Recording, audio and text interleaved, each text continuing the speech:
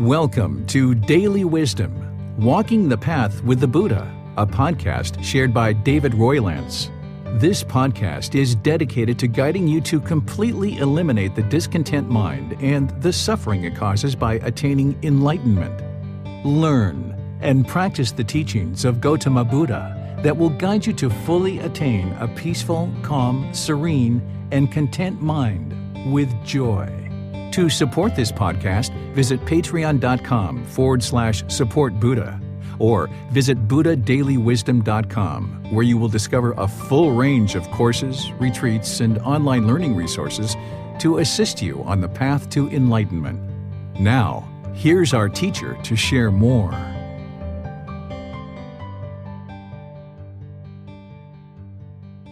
Sawadee Kap. Hello and welcome to Daily Wisdom, Walking the Path with the Buddha. Today is our group learning program where we're in Chapter 7 of this book, Developing a Life Practice, The Path That Leads to Enlightenment. Chapter 7 is titled The Five Precepts, A Householder's Guide to Daily Practice. In this chapter, we learn the 5 precepts to help us significantly reduce our unwholesome Kamma. In this chapter, people will oftentimes associate the 5 precepts to things like commandments or rules or even sins if you've studied other traditions. But that's not the way that the Buddha taught the 5 precepts at all. I'm going to be sharing with you his actual words of what he taught during his lifetime related to the 5 precepts and help you understand that the 5 precepts are guidance in order to train our mind and actively eliminate certain unwholesome qualities from the mind. There isn't any being here that's going to punish us or reward us for practicing these 5 precepts. That's why they're not commandments or rules or any kind of sin that you might end up breaking a sin and getting some kind of punishment as a result. Instead, the way that I teach this is that by learning and practicing these 5 precepts, it's going to actively train the mind in order to improve the condition of the mind and guide you along this path to making more and more wholesome decisions. So I'd like to thank all of you guys for joining today's class as we dive into the 5 precepts. In order to talk about the 5 precepts, it's important to first discuss the natural law of Kamma. Because as you probably remember, when we talk about the Eightfold Path and a lot of the other teachings of the Buddha, I always connect it to this natural law of Kamma because that's the real heart of what the Buddha taught in terms of how his teachings are all arranged. I call the Buddha's teachings the natural laws of existence.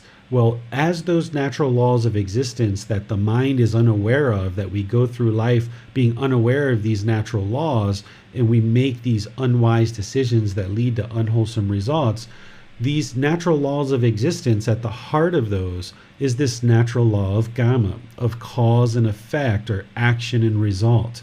So as we talk about the 5 precepts today, always keep in mind that what we're discussing here is this cause and effect, or this action and result, essentially the results of our decisions. Because when we make wise, wholesome decisions, this is going to lead to wholesome outcomes. And when we make unwise decisions based on unwholesome things, it's going to lead to unwholesome outcomes. So that's why when you look at the 5 precepts and when you dive into them deeply, it's important that you always keep in mind that there's specific guidance around these 5 precepts in order to help guide you closer and closer to this clarity of mind, this enlightened mental state where the mind can be peaceful, calm, serene, and content with joy, where you don't have any kind of discontentedness in the mind whatsoever.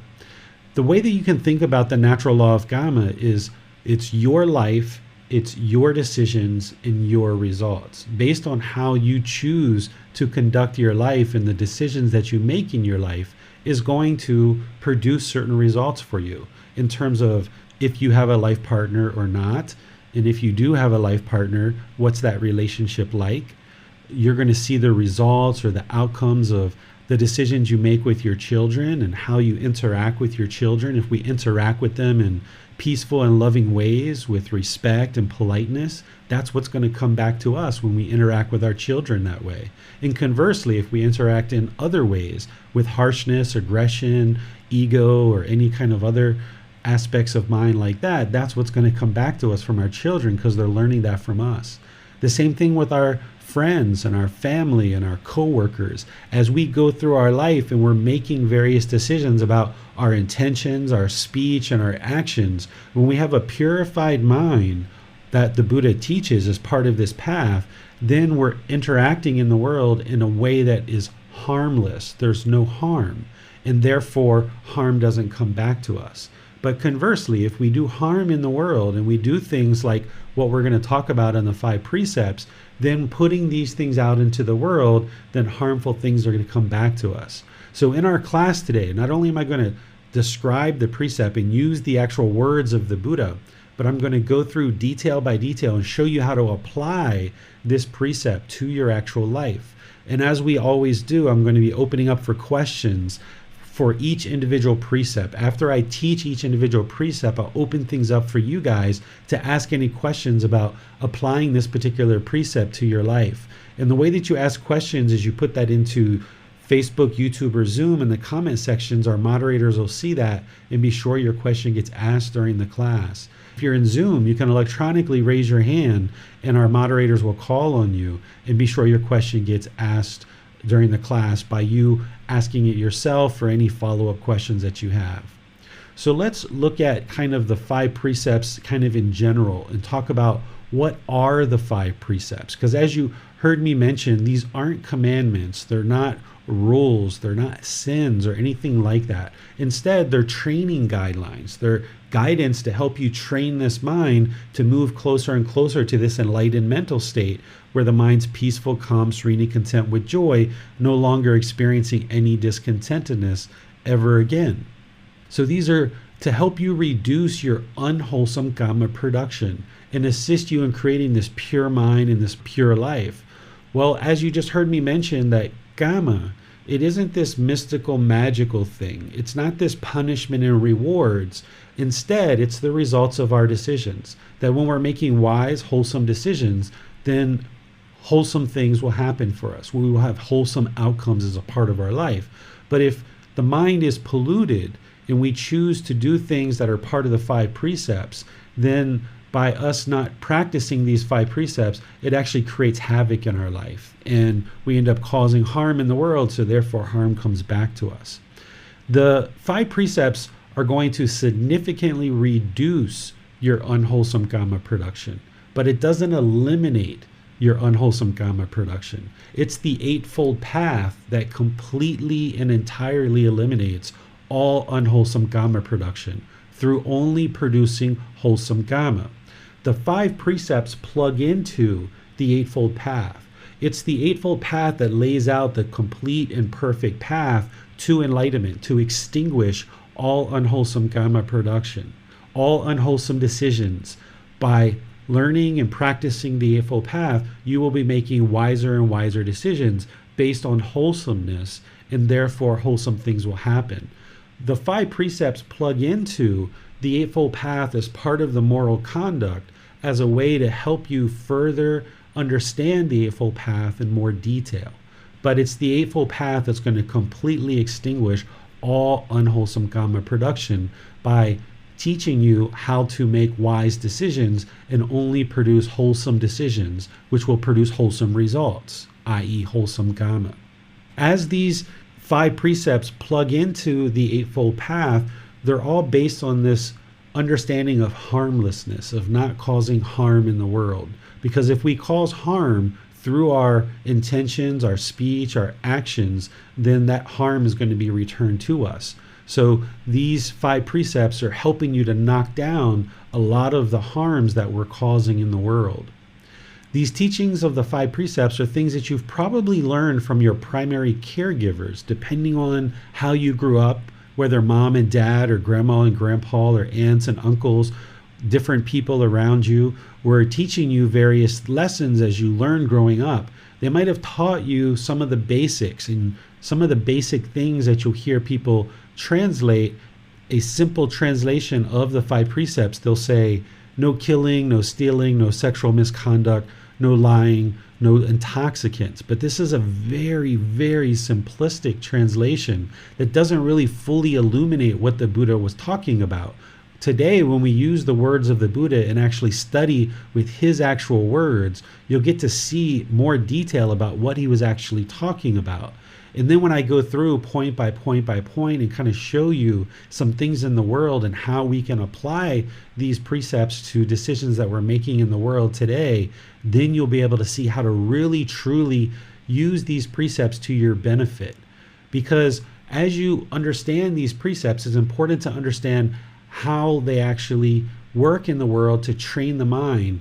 And through things that you do with the 5 precepts, in terms of if you practice them or not, what are the results? What are the potential outcomes of things if you do practice them and if you don't practice them? So I'm going to be discussing those with you today. And depending on your background, you most likely have done these things, just like everyone else. We've all done these things before, and you'll have some ways to reflect back and be like, oh yeah, when I did those things, it did turn out really horrible for me. Or when I don't do these things, I tend to have really wholesome results. So this is part of the learning, and then you can reflect back on your life, and then you can improve your practice and make wiser and wiser decisions in line with the 5 precepts. So let me pause here and see if you guys have any questions on some of the basics of the 5 precepts and kind of what the 5 precepts are. Again, the way that you ask questions is just put those into Facebook, YouTube, or Zoom, or electronically raise your hand. Hi, David. I just wanted to clarify my understanding of what the precepts are. So essentially, rather than rules, they're pure statements on karma generation. Is that correct? And they're essentially saying that if you violate these precepts, then it'll affect your mind in such a way that it will be harder to attain enlightenment, and you'll have a peaceful mind. Is that what it is? You can think of it like that. I tend to like to think of it in a positive way of like, by practicing these precepts, it's going to improve the wisdom that I have and the decision making that I have. I'm going to be making wiser decisions in the world, so therefore more wholesome outcomes are going to be happening for me. So as you guys know, with the 4 Noble Truths and other things that we talked about, that it's craving, desire, attachment that is causing the mind to be discontent. And we cause our own anger, sadness, frustration, guilt, shame, fear, and all these other things. And we're working as part of this path to enlightenment to eliminate craving, desire, attachment, as well as what we're going to talk about next week when we talk about anger and ignorance. We're going to be talking about how to eliminate those from the mind as well, which are beyond what we've talked about so far. But it would be really hard to train your mind to get to this peaceful, calm, serene, and content mind with joy if you're doing things in the world that is causing harm, and every time you turn around, something dramatic is happening in your life as a result of some of the things that you're going to hear today. So for example, I'll just take a simple one, like the Buddha talks about not stealing or not taking from people. So if we're training our mind to eliminate craving, desire, attachment, but yet we have this craving to take material objects from other people and steal, well, it's going to be really hard for you to train your mind to eliminate discontentedness if you're going around stealing and you've got people coming to your house, knocking on your door, you've got police officers at your door, knocking on your door, trying to find out, what you've stolen, putting you in handcuffs, carrying you off to jail, all these other things, going to court, hiring lawyers to defend you in court. So there's these real simple precepts that the Buddha taught as a way to knock down some of the more significant unwholesome decisions that we make. And by knocking down those significant unwholesome decisions, then we have this wisdom to make these wiser decisions that lead to wholesome outcomes. And whenever the Buddha had a new student come to him and say, I'm interested in ordaining, or I'm interested in being a household practitioner and learning your teachings, the first thing that he would always guide them in is improving their moral conduct. There's all these aspects of this path to enlightenment that we need to learn, and we need to reflect on, and we need to practice in order to move on this path to enlightenment. But it's our moral conduct that is causing the harm in the world to other beings. And by causing harm to others, that harm is going to come back to us when we see people come chase us down to beat us up because we've been attacking them and we've been fighting with them, or if we've been lying or cheating or stealing or having some of these other challenges that we talk about with the 5 precepts, it's going to be very difficult for us to clean up our life practice if we don't first address the moral conduct. So the Buddha would oftentimes teach the moral conduct aspect of his teachings first, so that a practitioner can start cleaning that part of their life up, even before he would move them into kind of teaching the meditation and things like this. So these 5 precepts, if we go through these and you see things that you need to clean up as part of your life practice, it would be really wise to focus on these as even like a first step into the path, even though we use the 4 Noble Truths as a way to help you understand the problem with the discontent mind and the unenlightened mind. It's really the 5 precepts in the moral conduct that we need to clean up and really make the most strides early on to clean this up, so that we eliminate the harm that we're putting out into the world as soon as possible. So in some sense, following the 5 precepts is almost a precursor, or is certainly helpful in following the rest of the path, such as meditation. And without following the 5 precepts, one would probably find difficulty meditating and doing the rest of the path. Exactly, because if we're doing all these unwholesome things in the world and we're putting out all this harm in the world, the mind is going to be shaken up. It's going to be very unstable.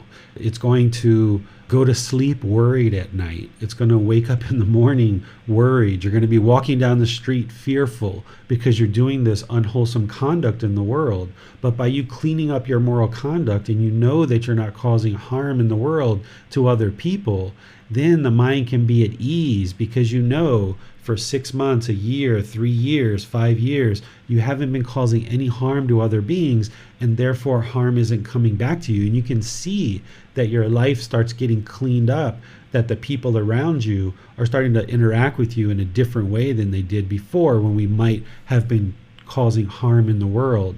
So yes, it would be very difficult to walk through the world and even meditate if the mind is congested with all this unwholesomeness that we're doing in the world. It's going to make the mind muddled and unclear, because we're causing harm in the world. So the mind is muddled, it's shaken up, it's unsettled, it's unstable, because we're having to worry and be fearful about what's going to happen to us in the world. Thank you, David. No more questions for this time. All right. So let's look at the very first precept that the Buddha taught. And I'm going to use his words, because his words are very illuminating and help us to understand what he was actually teaching. Then I'm going to go through some various details on each individual precept so that you can understand how to apply this to your life. The Buddha's words here on the first precept are: abandoning the taking of life, refraining from taking life, without stick or sword, diligent, compassionate, trembling for the welfare of all living beings. So typically this one is translated as no killing, right? But as you see here, his words are so much more illuminating than that, right? Yes, there's this abandoning the taking of life, refraining from taking life, without stick or sword, right? Without a weapon. Diligent, it's like showing care. Diligent is to show care.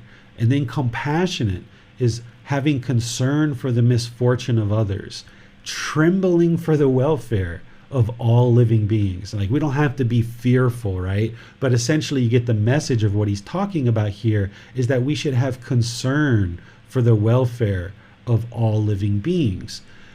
In order to understand this precept, we need to understand what is a living being, because that's what he's talking about here. So what I like to do with the Buddha's words is I like to break down each individual word, each individual sentence, each individual phrase, and really investigate it with like a magnifying glass. So since this particular precept is talking about living beings, it's important to understand that we know what is a living being.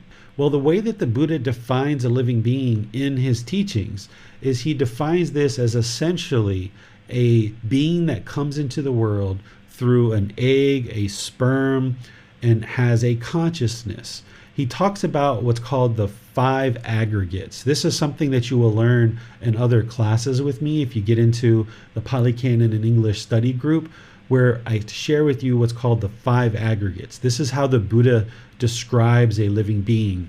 He describes a living being as a being that has form, that has feelings, has perceptions, has volitional formations, which are choices or decisions, and that has a consciousness. But the way I'm kind of summarizing it for you and helping you to see it a little bit more simply is if you think about it being that has an egg and a sperm and a consciousness, then this is a living being. So with that definition, you can understand that things like plants and bacteria are not a living being. While we might consider a tree to be alive, it can't make its own decisions. It can't decide, I don't like the view here on this hill. I'm going to pick myself up, walk a couple 100 meters and replant myself. A tree can't do that because it doesn't have consciousness. It doesn't have a mind to make decisions about picking itself up, walking, and replanting itself. So while we talk about plants in our modern language as being alive, it's not a living being in the way that the Buddha describes it. The same thing with something like bacteria. So if you're going to harvest broccoli or cauliflower, you're not killing a living being. Or if you have a bacteria that's inside the body and you take medicine like an antibacterial medicine or antiviral medicine, these are not living beings because they don't have a consciousness, right? A virus or bacteria, they're not making decisions to get up and walk and move somewhere else and things like this. So for all intensive purposes, you can look at the animal world and you can look at the human world and see these as living beings. But then we also have beings in these other realms too that the Buddha talked about. But primarily what he's talking about here is he's talking about animals and humans. With this understanding of living compassionately, trembling for the welfare of all living beings, you would need to think about things that are somewhat common practice in certain parts of the world.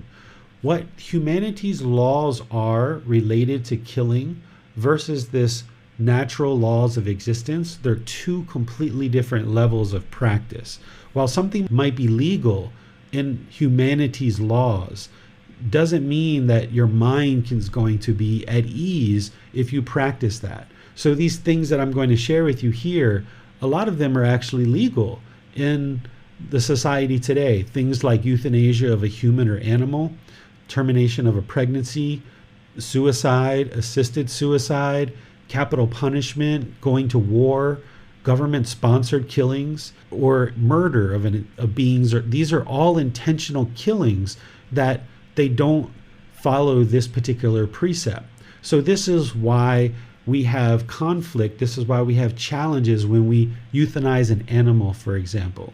If we euthanize an animal, while it's legal and it's something that's done all throughout the world, oftentimes when people do that, they feel very guilty. They feel shame. They feel conflicted after they've euthanized a family pet, for example. Or after someone has terminated a pregnancy, for example. Oftentimes there's a lot of guilt or shame associated with that. Things like suicide, assisted suicide, while somebody might ask you to help them commit suicide and you might feel that's the best thing to do, even if it's legal in your country, afterwards you're going to be left with a lot of discontentedness. This is that natural laws of existence where humanity's laws are operating on one level, where the natural laws of existence are on a whole nother level. Same thing with something like war. While a government might sponsor its citizens to go to another country and kill on the behalf of that country, they can't escape the natural laws of existence. When they come back to their country, they won't be prosecuted for murder, right? If they killed somebody in their own country, they would be prosecuted for murder. But a government choosing and giving authority for their soldiers to go to another country and kill, they won't be prosecuted on a human level. But at this level of the natural laws of existence, they can escape the consequences of their decisions. If you're out there killing as a soldier, for example, then you're likely to be killed yourself. That's why. That's the consequences of your decisions. That when we put out harm in the world, then harm is going to come to us. This is also why soldiers oftentimes are harmed in terms of having amputations or mental disorders when they come back from war, or they even commit suicide when they come back from war. This is all the consequences of their decisions to go out in the world and kill. Even though their government gave them the authority to do that, they can't escape this natural laws of existence. And this is why oftentimes soldiers are very conflicted about the things that they've done when they've gone out to war. Same thing with something like capital punishment. While some people feel that a murderer or someone who has murdered should be killed by the government through a court system, and while that goes on in our world today, this is humanity's laws. But this natural laws of existence, when a government is seeing that, okay, there's this being in our society that we don't agree with their actions, we're going to put them through our court system, and now we're going to kill them or murder them as part of their punishment for what they did in society because we disagree with their actions and what they've done. Well, when the population of people see that the government is doing this, then this teaches the population of people that when you disagree with somebody in their actions, then you kill them. So if you look at places that have capital punishment in the world, the various governments around the world, you will see that in that population of people, there tends to be a lot of murder. And this is the reason why, is because on one side, the government's saying, don't kill anybody and you shouldn't be murdering each other out there in the population. But yet we're going to murder people over here when they do things that we don't like and that we don't agree with. We're going to put them to death and capital punishment. So this is where humanity's laws are never perfect because humans are involved and we make errors in the way that we set up our laws in humanity. But this natural laws of existence, it's a perfect natural law that it functions on its own. And this is why we see places that have capital punishment and regularly kill through capital punishment. You'll see that those countries and those societies, those populations of people tend to have a lot of murder in society because the population is looking at the government and the leaders in the government about what they're doing. And when they see that this is happening, this is what motivates them to say, okay, well, we disagree with this person's behavior, so we should perhaps kill them. And this is where we see murders on the streets. So I could go through each individual one of these and help you see how by practicing these and actually doing these things, it's causing harm in the world, and therefore harm continues to come to us. We're not going to experience a world where there's no murders and no killing until individual by individual we observe and see the wisdom that by us continuing to kill and us continuing to have intentional killing, that it's going to continue to precipitate more and more killing. Essentially what this precept is doing, if you choose to practice it, is it's training your mind to eliminate any kind of anger, hatred, and ill will. This is a primary aspect of this path to enlightenment that we're going to talk about next week. It's one of the 3 poisons, or one of the 3 unwholesome roots is what we call it. By having anger, hatred, and ill will and putting that out into the world, not just through killing, but through other things as well, like other intentions or our speech or other things that we do, then that hatred, that anger, that ill will is going to come back to us. So in order to kill another being, you would need to have a certain amount of hate in the mind. You'd have to have a certain amount of anger or ill will. So what you'll observe by people who are practicing the Buddhist teachings very closely is even when a mosquito lands on you or lands on your clothes or lands on your arm, we don't actually kill the mosquito and swat it. We actually just kind of blow it and kind of blow it off of our arm, or we'll take our hand and kind of swipe it. Or if you have an insect in your home, rather than kill that being, because there has to be a certain amount of anger, hatred, and ill will to do that, instead, maybe you take some paper or you take a tissue or something and you relocate it out of your house.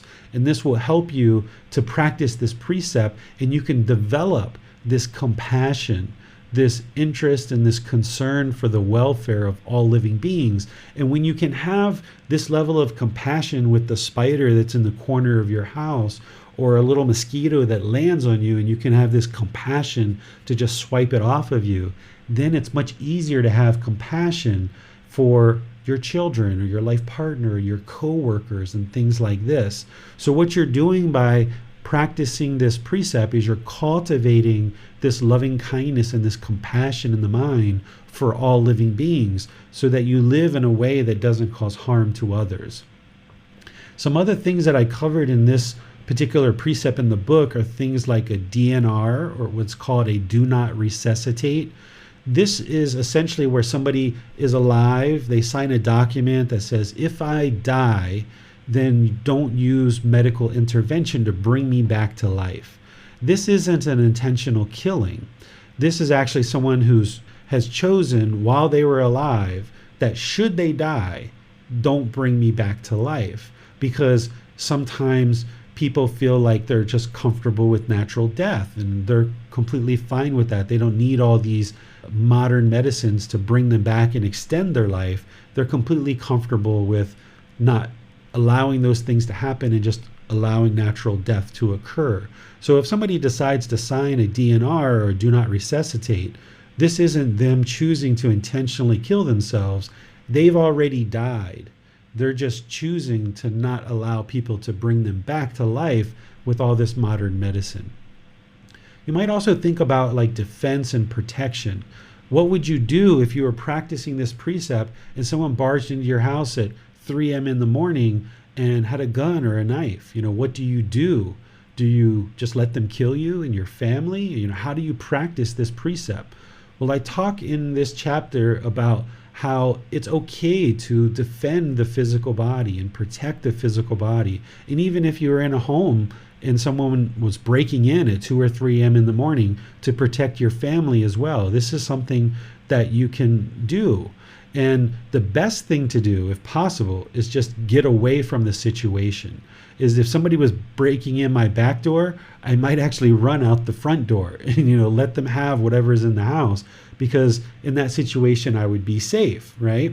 But if that wasn't possible and I needed to defend this physical body, then that's something that you can do. But what you would like to do is cause the least amount of harm as possible. The more harm you inflict on this being, the more likely it is that you're going to have challenges afterwards. But, if you needed to take somebody's life in that situation, notice that the Buddha teaching here isn't preserve all life at all cost. That's not what this precept says. It doesn't say preserve all life at all cost. It says live compassionate for the welfare of all living beings. Well, if somebody's breaking into your house at 2 or 3 in the morning, they're not delivering flowers and chocolate. They're coming to do harm. And if they end up getting harmed in the process, that's the result of their decisions. They chose to come in and attempt to inflict harm on a family, for example. And if harm comes back to them as a result of their decisions, then that's their kamma. That's the results of their decisions. You didn't go out and actively seek out causing harm to this person. You're just living in your home, 2 a.m., 3 a.m. You're not causing harm to anybody. But when harm came to you in that situation, then if you need to defend yourself, then you defend yourself in whatever way that you feel is appropriate. But what you'll find is the least amount of harm that you are able to deliver, the better off for you and everyone involved. And then the last one here on this precept is I talk about consuming animal products. If we are going to live compassionately and trembling for the welfare of all living beings, we wouldn't be able to do that if we were actually eating other beings. It would be very difficult to make the case that we have concern for the misfortune of others, or we're practicing loving kindness for all beings if we're actually eating a living being. And today, eating living beings causes an enormous amount of harm, of course, to the living beings themselves, but it also causes harm to us as well. There's lots of research that shows that by eating meat, we are also ingesting drugs, toxins, and hormones that were injected into these animals as part of their growth process. And then by eating that, it actually causes harm to our own body through sickness and illnesses. So if you're looking to practice this precept closely, you might consider moving to a plant-based food supply where you're not eating animals in order to sustain your life. When or if you choose to do that is your choice, but you'll notice that with all of these teachings, that you don't have to believe what I'm saying, that by you learning and reflecting and practicing, you'll see the results for yourself. That when you move away from meat, you'll see that the body becomes more healthy, the mind becomes more healthy, you'll have more energy, your hair, your eyes, your skin will brighten up. There's going to be all these benefits that you see within about a 3 to 6 month period of moving away from meat. They've even shown that wild fish, for example, in places like America that have very clean water and are known to have very clean water, they've taken wild fish out of these streams and they've tested the meat, and they found things like cocaine and antidepressants and other drugs that are in the flesh of the animal. Because now we've had these drugs in our environment for so long, people have been flushing them down the toilet. Things like cocaine and antidepressants and things like this, and it's polluted our water table.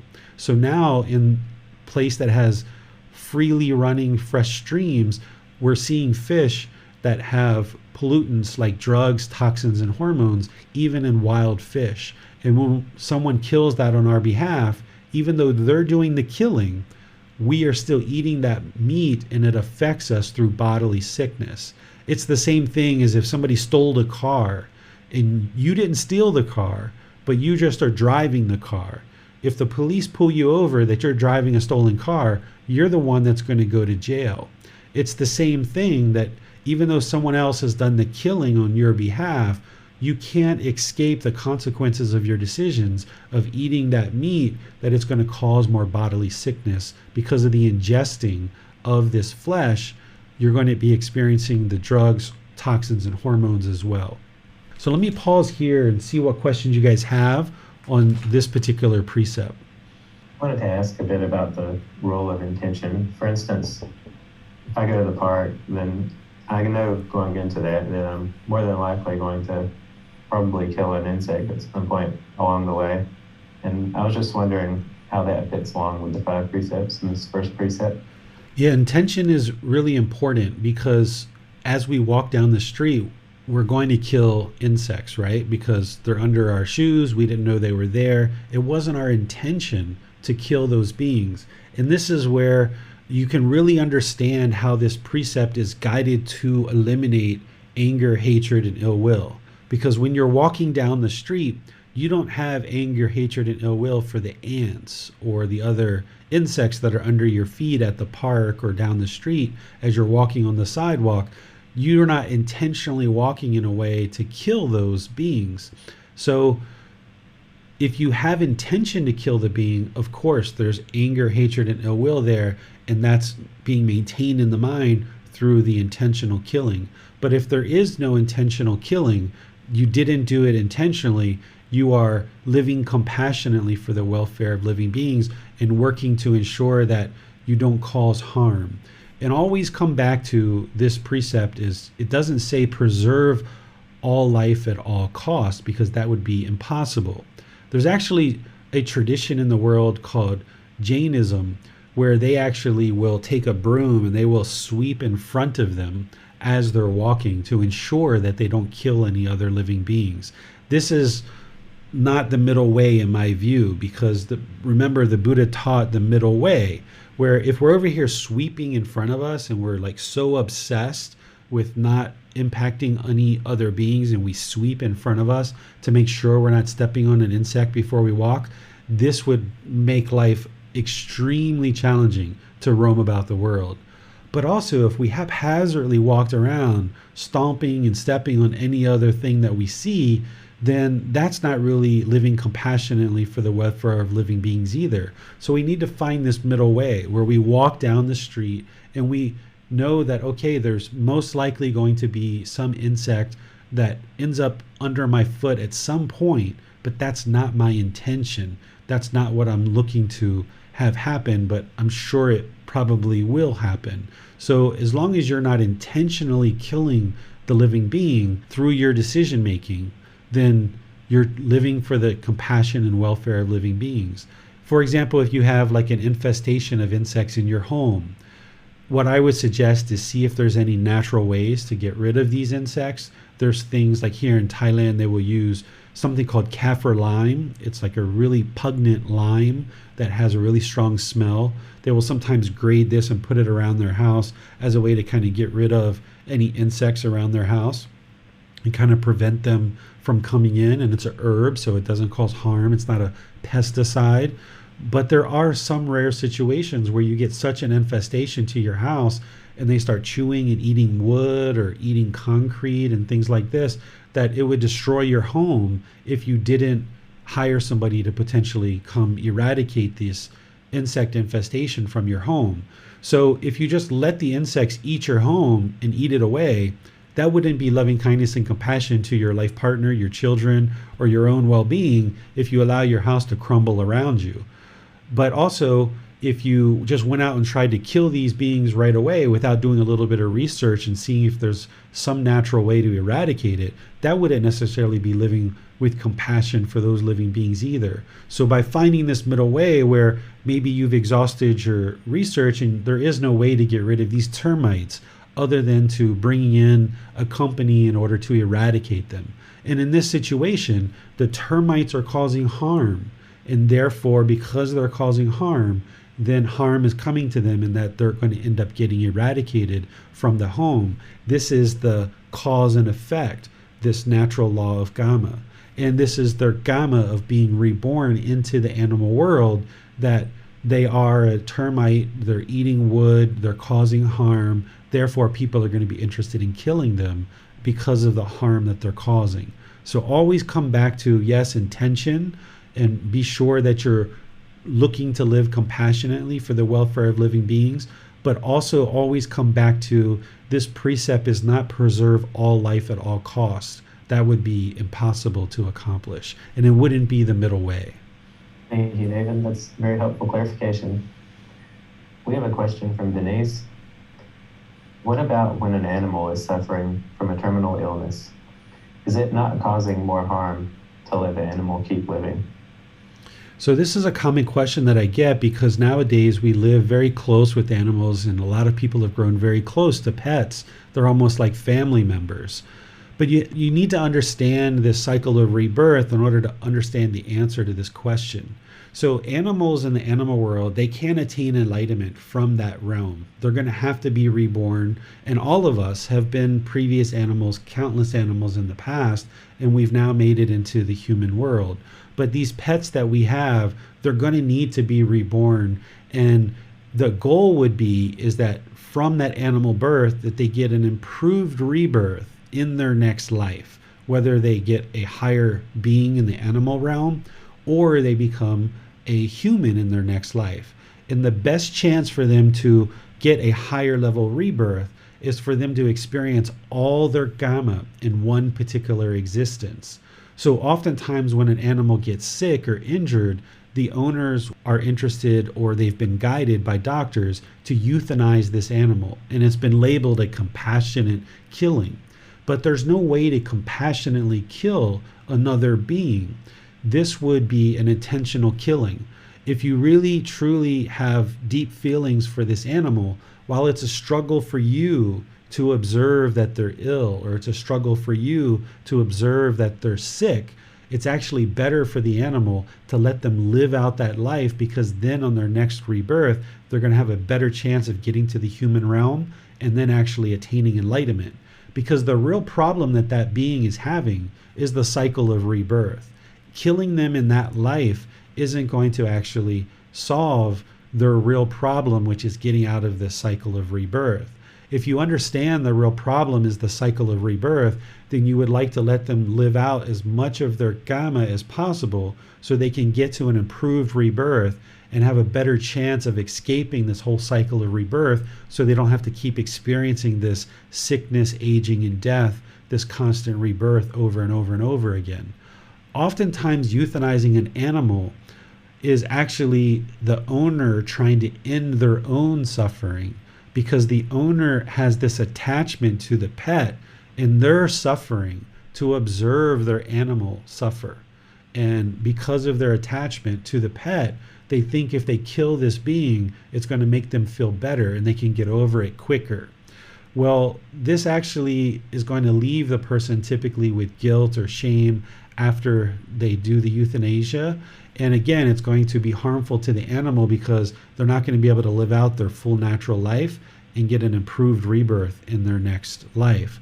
So what I would suggest is that if somebody has an animal, is to let them live out their full natural life. And I've had a few students that have asked me about this question before, where they were getting advice from doctors to euthanize. And I just shared with them the Buddhist teachings and said, it's your choice, whatever you choose to do. While the veterinarian was suggesting to put them to sleep right away, in one particular case that I know of, this particular student chose to not euthanize. And that animal actually ended up living for almost another year. So had they followed the doctor's advice, because it looked like the animal had a stroke and they were having trouble walking and trouble eating, what ended up happening is they didn't euthanize. The animal regained its health and lived for a whole nother year. And it had a very good another year. It took them a few weeks or a few months to regain their health, but ultimately they got back to health. So you've got to think about all these living beings, whether it's an animal or a human. Do we euthanize our grandmother when she gets cancer or when she gets a broken leg, for example? But some people with a dog or a horse, if they get a broken leg, they'll kill it. They'll euthanize it. And in my view, based on living compassionately for the welfare of all living beings, that compassion and that welfare is to help these beings get out of the cycle of rebirth. And the best way we can do that is let them live out their full natural life and not have an intentional killing. Thank you, David. Those are all the questions we have at this moment. Okay, let's go to the second precept, which is using the Buddha's words.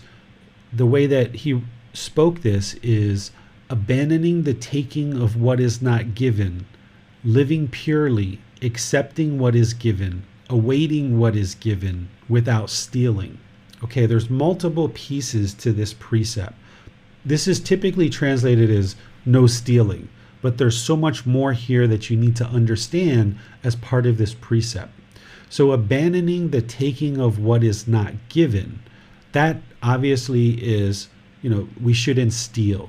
If we go around and we take from other people things that they've acquired, this is going to cause harm to them because they had to work, they had to build up their resources, and they obviously purchased those things in order to help them in life. So if we have craving, desire, attachment, and we steal from somebody something, then that's going to harm that person and harm is going to come to us. So what this precept is designed for mostly is to eliminate craving, desire, attachment, where you work and you apply effort to earn the things that you need in order to sustain your life, and that we don't steal from others. Because when we take something from someone else, it's going to hurt them. If we stole somebody's car, they would have trouble getting to work. They would have trouble going to the doctor or to the hospital. They would have trouble taking their children to school, for example. They would have trouble going shopping to get food and clothing and things that they need to sustain their life. So by us causing that harm is going to come to us, and we know that. And this is a pretty straightforward one. That's why in humanity, our human laws say, okay, if you steal, you're going to go to jail, essentially, right? So this natural law of Kamma on this particular aspect and human laws, they match, they're in sync.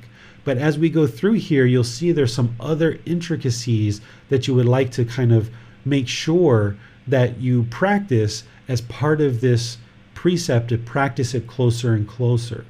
So say you were in a school, for example, and your teacher had a stapler on their desk, and you came in and you were getting ready to turn in a report to your teacher, and your teacher was off to the bathroom, and you grabbed the stapler off their desk and you just stapled your paper, and then your teacher walked in and saw you using their stapler. That person might be attached to their stapler, and now when you use it, they're going to become discontent that you're using something that was on their desk. So what the Buddha is doing here is helping to protect you from any discontentedness from other people, so that you don't assume that you can use something or that you can take something when it's on someone's desk, for example. Whereas if you're very friendly with this teacher, you've known this teacher for a long time, you might think that it's appropriate just to go ahead and grab the stapler and use it. but it might actually cause harm when that person walks in. If they're attached to the things on their desk and you've taken something off of their desk, it can be viewed in the mind of that person as stealing. But in your mind, you don't view it as stealing. It's just borrowing a stapler, for example. But if you're wise and you practice this really, really closely, you wouldn't use that stapler without asking the teacher first. That's essentially what you would do in order to practice this, is you would ask the teacher if you could borrow their stapler. And if they said yes, you'd use it. And if they said no, then you'd have to find some other way. But that's the level of detail that you would like to practice, is that you're not taking anything from anybody in any situation, but instead you ensure that the things that you're using, that they belong to you, or that you've gotten permission to use them, for example. The other part of this precept is accepting what is given. So sometimes in life, when we are going about our life, we might ask people for things, and we might ask them to do things for us, which is kind of part of getting along in a household life. But there's sometimes that we ask for things that we don't truly really need. We just want something. We have a certain craving or desire, right? So let's just say you were in a relationship and your partner was going on a business travel, and you were like, oh, honey, when you come back from Florida, be sure to bring me some oranges. Oranges are really tasty in Florida. Bring me some oranges back. This is us now asking and requesting somebody to bring something back for us. And it forms this expectation that they should bring us something. But then this also kind of burdens that other person with having to go around and find that for us and then go through all the trouble of bringing it back. And what the Buddha is saying is that we shouldn't put these expectations on people to give us things, that we should just accept what is given, just patiently awaiting whatever is given. So this is why you don't see Buddhist teachers and monks and things like this, ordained practitioners, going around asking for things, asking for donations, asking for their students to come help them. But if a student makes an offering, or if a student asks, teacher, is there anything I can help you with? Then we will accept what is given. We don't go around and ask for things, because this is putting expectations on others that they may not be able to fulfill. So it wouldn't be wise for us in all of our relationships that we have, not just with Buddhist teachers, but with our life partners, our children, our coworkers, our friends, to constantly be asking other people to do things for us. Instead, we should just accept what is given. Whatever people choose to give us, then we accept that. And also, as part of this Buddhist practice, there's this aspect of generosity, that we practice generosity as a way of eliminating craving, desire, attachment. You'll hear about this when we talk about chapter 10, when we talk about what is merit. When we practice generosity, it helps us to eliminate craving, desire, attachment. So amongst practitioners that are practicing generosity, it's very common for people to make offerings to you, not just as a Buddhist teacher, but living in your home here in a Thai village. It's common for people to come by and give us a bunch of bananas, or give us some fresh herbs, or they made some food, they have some extra food and they're going to give us some of that food, or things like this. And if you're ever offered something and somebody offers to give you something, in some cultures we block it and we tell people, no, I don't want that, or no, I'm not interested in that. But what the Buddha is teaching you is to accept what is given, that you should always accept from people when they make offerings. That if somebody offers you some soup, you just accept it. Or if somebody offers you bananas and you don't like bananas and you haven't eaten a banana your entire life, the Buddha is teaching you to just accept what is given. The reason why is that this person is practicing generosity. They're obviously interested in making you an offering and giving you something, that we should accept it. Whereas if we block that offering, then this person can feel painful feelings, and then they're not going to be likely to be interested to be close and friendly with you, because when they made that offering to you and you blocked them, they're going to end up experiencing painful feelings. And if they're not practicing this path closely, they're going to attribute those painful feelings to you. So if you're interested in maintaining healthy relationships with friends and family and coworkers, if somebody makes an offering to you, even if it's something that you would never ever wear, you would never use, you would never eat, you just accept it. And then you practice generosity and you choose to give it to somebody else. In some cultures, they think that if you accept a gift, you've got to hold on to that permanently. But that's not the truth. The truth is that there's this natural laws, there's this universal truth of impermanence, that if someone gives you a sweater that you just know that you would never wear this sweater and you got it as a gift, or somebody offered it to you, just accept it, thank them, share with them that you appreciate their generosity. And then at whatever time you feel appropriate, then you can hand it off to somebody else and make an offering, whether it's to a friend or a family, or you give it to a place like Salvation Army or some donation site or some homeless person that could use it.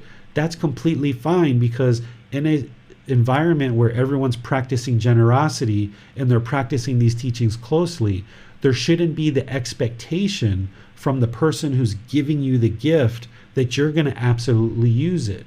Because if someone's practicing pure generosity, they shouldn't have any expectations whatsoever. So if someone's giving you a sweater and they're expecting, wanting, craving for you to wear that sweater, and then you don't wear that sweater, if they get painful feelings in that situation, they've actually caused that themselves. So by you accepting that sweater and then giving it to someone else, even if they know that you've given it to somebody else, there's no harm that you've given it to somebody else. You haven't harmed that person. They've harmed themselves in that situation, because you've accepted the gift and you've just chosen to give it to somebody else. But if they end up getting painful feelings as a result of knowing that you gave it to someone else, then that means that their gift wasn't fully purified. Their gift had conditions. Their gift had expectations. Their gift had certain strings attached, that they were giving you this gift with the expectation that you were going to wear it. And this isn't a purified gift, the way that the Buddha talks about it. He says that this gift wasn't given with the right intention. So therefore, you can accept every gift that's ever given to you, and this is going to keep you open to all beings, that as people make offerings to you, they'll feel comfortable because they've given you offerings. Where if you shut people down and you don't accept things that they offer to you, then you're going to find that they're not going to be interested in making offerings to you or practicing generosity with you.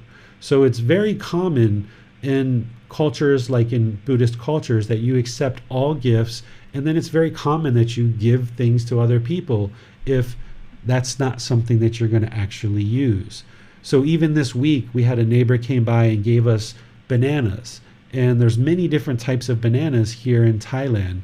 And we already had bananas at our house. So rather than keep them here and have them go bad, we ended up giving them to one of our family members. And that particular person who gave us the bananas, we didn't have to tell them that we were going to do that. But that person practiced generosity to give us the bananas. And then we practiced generosity by giving it to our family. And I don't know what our family members are going to do. Maybe they're going to give it to their neighbors. But in the meantime, these bananas will eventually find a home, and everybody's been practicing generosity along the way. So this is really important for your practice, that you don't just think about this precept as no stealing, but also be sure if you use something of somebody else's that you get permission. Be sure that you don't put your expectations that you should get something from other people. You should await what is given. And you should also accept what is given when somebody makes an offering to you. What questions do you guys have on this precept? I just wanted to say that's very timely advice with the holiday season coming up about regifting. I think that's something that a lot of us are going to come in contact with over the next couple months. Indeed. I remember growing up as a kid, we would get gifts from different people, and, we would just accept a gift and it would sit in our closet for 5 years, 10 years, 15 years, still in the original box, because nobody was interested in wearing those clothes or using that blanket or whatever it was. And it just withered away and it got wasted. where our minds were conditioned to think that we're supposed to hold on to this gift just because somebody gave it to us. We're supposed to hold on to it. But that's craving, desire, attachment. Whereas if you practice what the Buddha teaches, which is eliminating craving, desire, attachment, which is what this precept is designed to train your mind for, is that you don't hold on to things. Is that when someone gives you a Christmas gift or a holiday gift, and if you use it and you can use it, great. And if you can't, you just hand it off to the next person who can use it. And there's no harm in that. You haven't caused any harm by practicing generosity and handing that off to someone else. I have another question that is a little bit related to with the holidays coming up. If someone wants to, say over dinner, give us something like a food prepared with meat, would we accept that, or is that a place where we would potentially draw the line on accepting? See, that's where if you accepted that, it would be in conflict with the first precept. So you have to have some discernment. All the Buddhist teachings are balanced on discernment, which is wise decision making. So like, for example, if somebody would have offered the Buddha a beer during his lifetime, he wouldn't have accepted the beer and drank the beer because he knows that's an intoxicant and it would pollute his mind. So there's discernment here that if somebody's offering you cocaine, for example, you're not going to accept that because it's in conflict with the other parts of the teachings. So in that situation, if somebody offered me meat, then I wouldn't accept it, but I would have a very polite, warm, and kind way of talking through that so that people understand that, I don't eat meat, but I would say that in a very warm and friendly way, prefacing it with a whole lot of thank you and appreciation for the offer of the meat. I call this the art of the friendly no. And some of the students are like, you need to write that book, The Art of the Friendly No. It sounds like an actual book. So you have to have this way about you of how to say no in certain situations. And it's almost like an art of how to say no in a friendly way. And usually I preface any kind of no with gratitude and appreciation, and I don't actually use the word no when I need to let somebody know that I'm not going to accept a particular offering. I always find a way of saying no without saying no. That's essentially the subtitle of the book. The Art of the Friendly No. How to say no without saying no. That's the subtitle. It seems that in some sense the second precept is, especially when we look at accepting what is given, it's about creating an environment in the world of generosity. Would you say that that's a lot of what it's about? Exactly, because if we shut down every time somebody makes an offering to us just because we have a certain preference of something, then we shut down this generosity. And I grew up with my grandparents, and my grandparents were born in the 1920s. And I spent, of course, time with my mom and my family as well, but I spent a lot of time around older people. And I heard about an America where you could walk down the street in inner cities and other places in the world at 2 a.m., 3 a.m. as a single person and have no problems whatsoever. I heard about an America where my grandparents grew up and they didn't even have to lock their front door. I heard about an America where people would move into the neighborhood and all the neighbors would get together and make food and make these offerings to the neighbors and make sure that they shared food. I heard about an America where when people would make food, and it was very commonplace to share that food with your neighbor. And I could go on and on and on about all these amazing things that I heard that took place during the generation of my grandparents. But all of that has really changed in a lot of cultures. We've become very shut in. With all this news and the proliferation of information and hearing about all these murders and stealing and rapes and sexual abuse and mass shootings and all these things, people have become very shut in and almost afraid to talk to people and interact with people that you've never met before.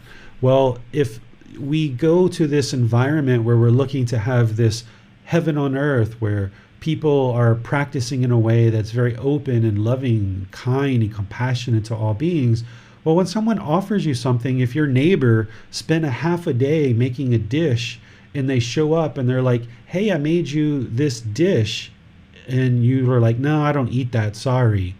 whoa, can you imagine like their heart's going to sink because they took all this time and effort to go shopping and prepare this food and bring it over to your house with a smile.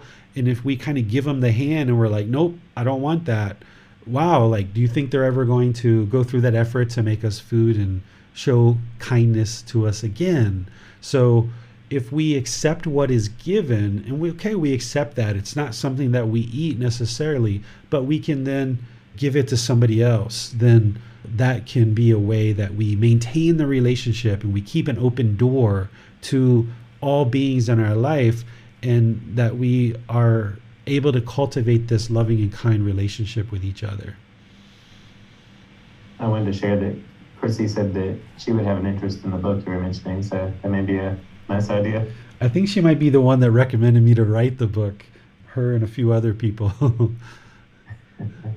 We have a question from Adrienne on Facebook. How about when this is in reverse? When people take things that are considered mine without asking, I usually don't say or do anything because of the concept of attachment. And I'm of the mindset that if they needed it that badly, let them have it. Their karma is not mine. Yet by not saying anything, I wonder if I'm giving permission to take advantage of me. I try to set appropriate boundaries that are respectful, compassionate, but it doesn't always work. What is the middle way? Yeah, what I do is for example, I live here in this house. We have 3 rooms. My wife is in one, my son's in one, and I'm in one. And every once in a while, my son used to come into my room and he would use my charger for the computer because we have a similar computer, or he would take something else in my room. Well, I really don't care. I really don't care that my son uses anything in my entire room. I'm interested in teaching him this precept and ensure that he doesn't just walk on into his teacher's office and take the teacher's stapler, or he doesn't just walk into his friend's house and take a toy. And if he gets used to taking things out of my room, then he's going to be used to doing that and maybe do that with his teacher or his friends or something. So when I observe that my son has done that in the past, I will just sit him down and I'll talk to him and I'll say, you came into Dad's room and you borrowed the charger, right? And he's like, yeah, I did. And I just talk with them and let him know that this isn't wise for him to come into people's rooms and just take things without asking. I let him know that I'm more than pleased to allow him to use anything that he would like in my room, but I would just like him to ask first.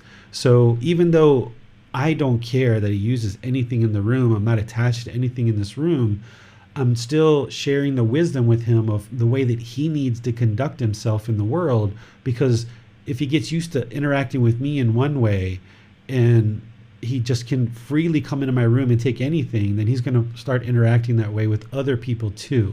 So the middle way here is that you can sit down and teach people, you can talk to people, but don't be expecting them to get it in the first talk. Especially like my son, I think we started talking about this when he was maybe 7 or 8 years old. He's 9 years old now, and we've had to have that same talk multiple times before it really sunk in, and he's now practicing that he will ask before he actually comes into the room and actually take something.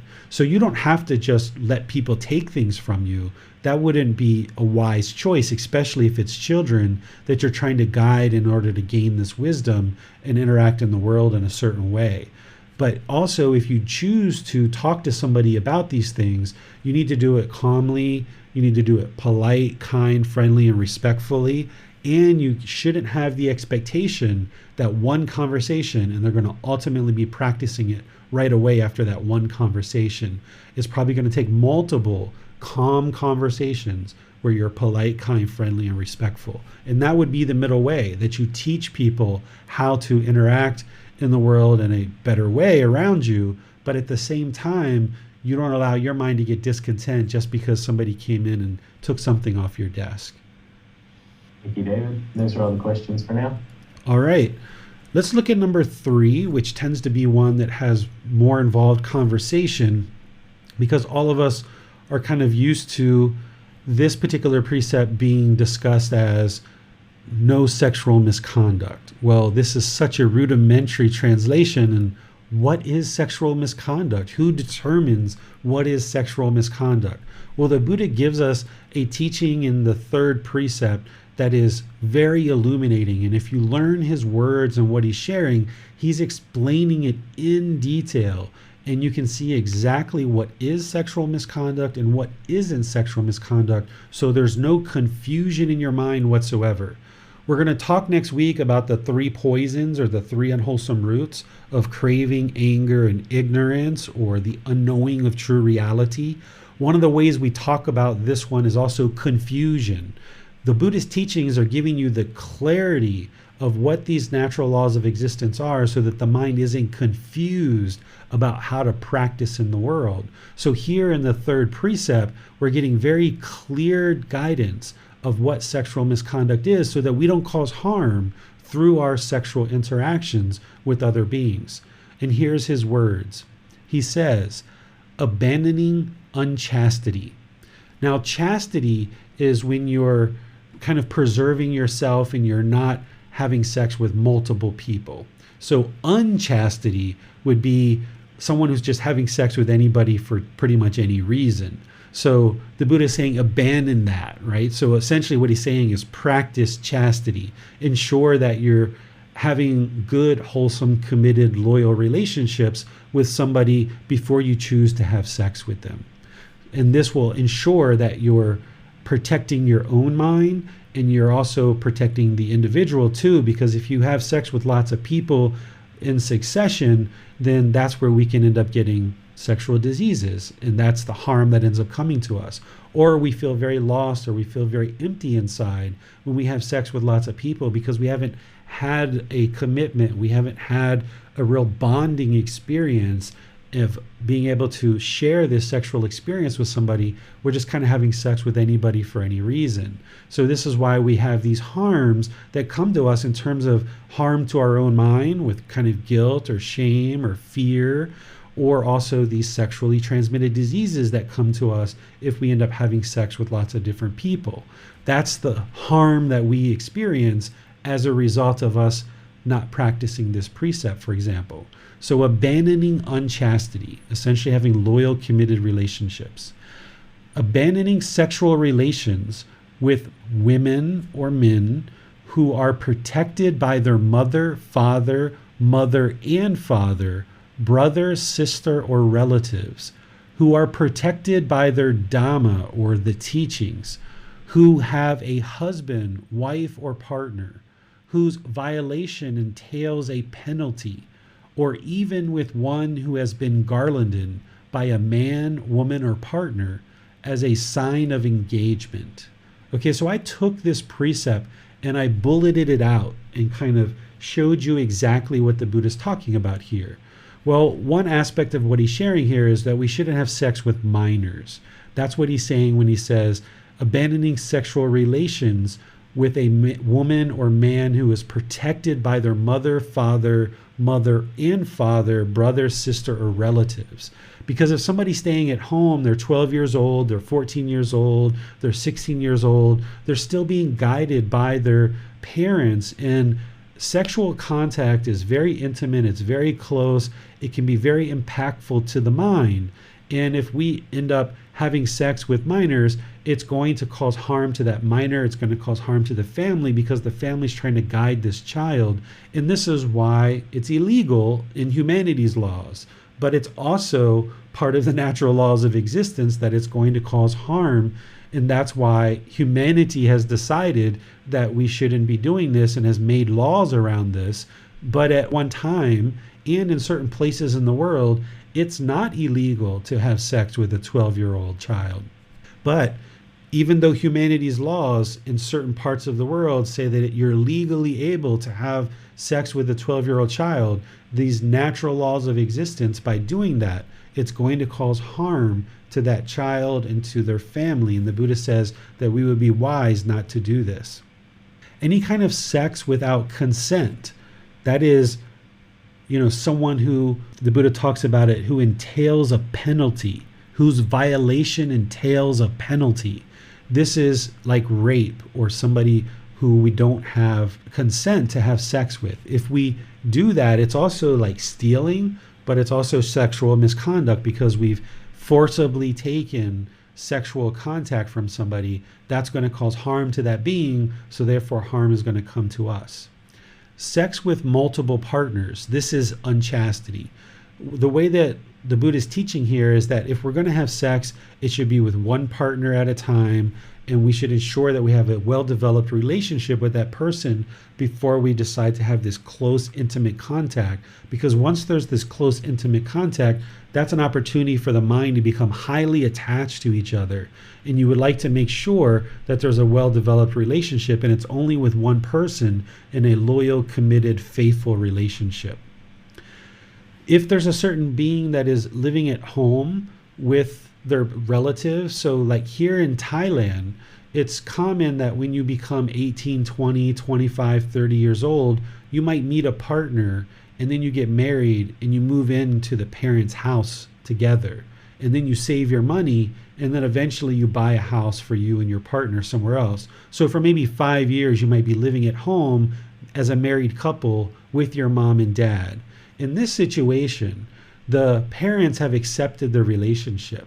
This isn't sexual misconduct if you choose to have sex, because the parents have accepted the relationship. They know that you're married. They know that you're living together as husband and wife. Maybe you may not have even had a ceremony, but they've accepted the relationship that two people living together in the home of a parent, those parents would have had to accept you into their home, and this wouldn't be considered sexual misconduct because the parents have accepted you into their home and they know that that's part of the relationship.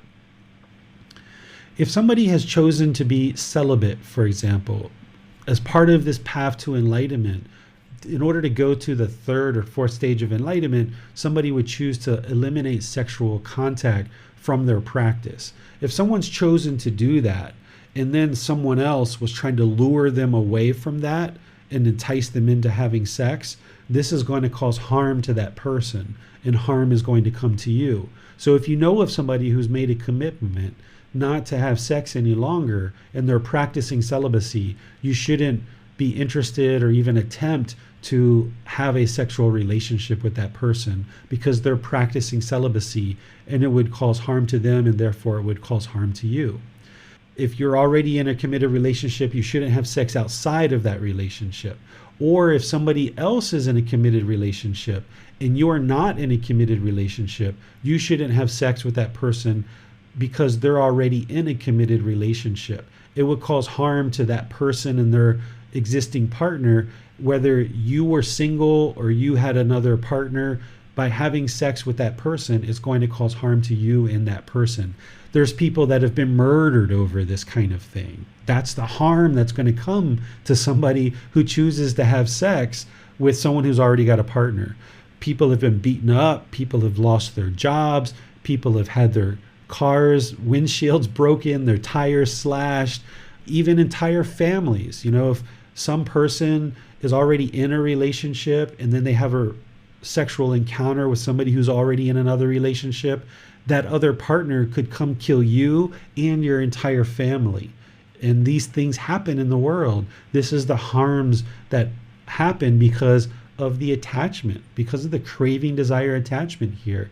And it would be wise for us to ensure that we're only having sex when we're in a committed relationship, and make sure that the other person doesn't have any other partners as well. It would be unwise to have sex with someone who's being human trafficked.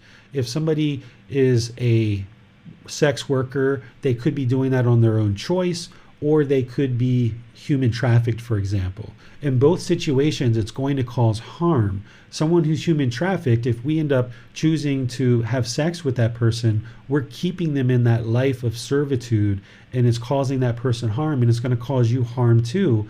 Again, sexually transmitted diseases. A lot of times it's illegal for human trafficked people to have sex. You can get arrested, you can go to jail, you can lose your reputation if people find out that you're doing these things. Lots of harms that can come to us if we're having sex with people who are human trafficked. Along these same lines with the third precept is paid sexual services, things like prostitution. If you're hiring a male or a female to have sex, while that does go on in many parts of the world, we experience harm because of this. We experience harm, like again, through sexually transmitted diseases. We can get very addicted to this and we can lose our wealth. We can have certain guilt or shame as a result of this. You can even end up getting beat up and murdered in these situations too.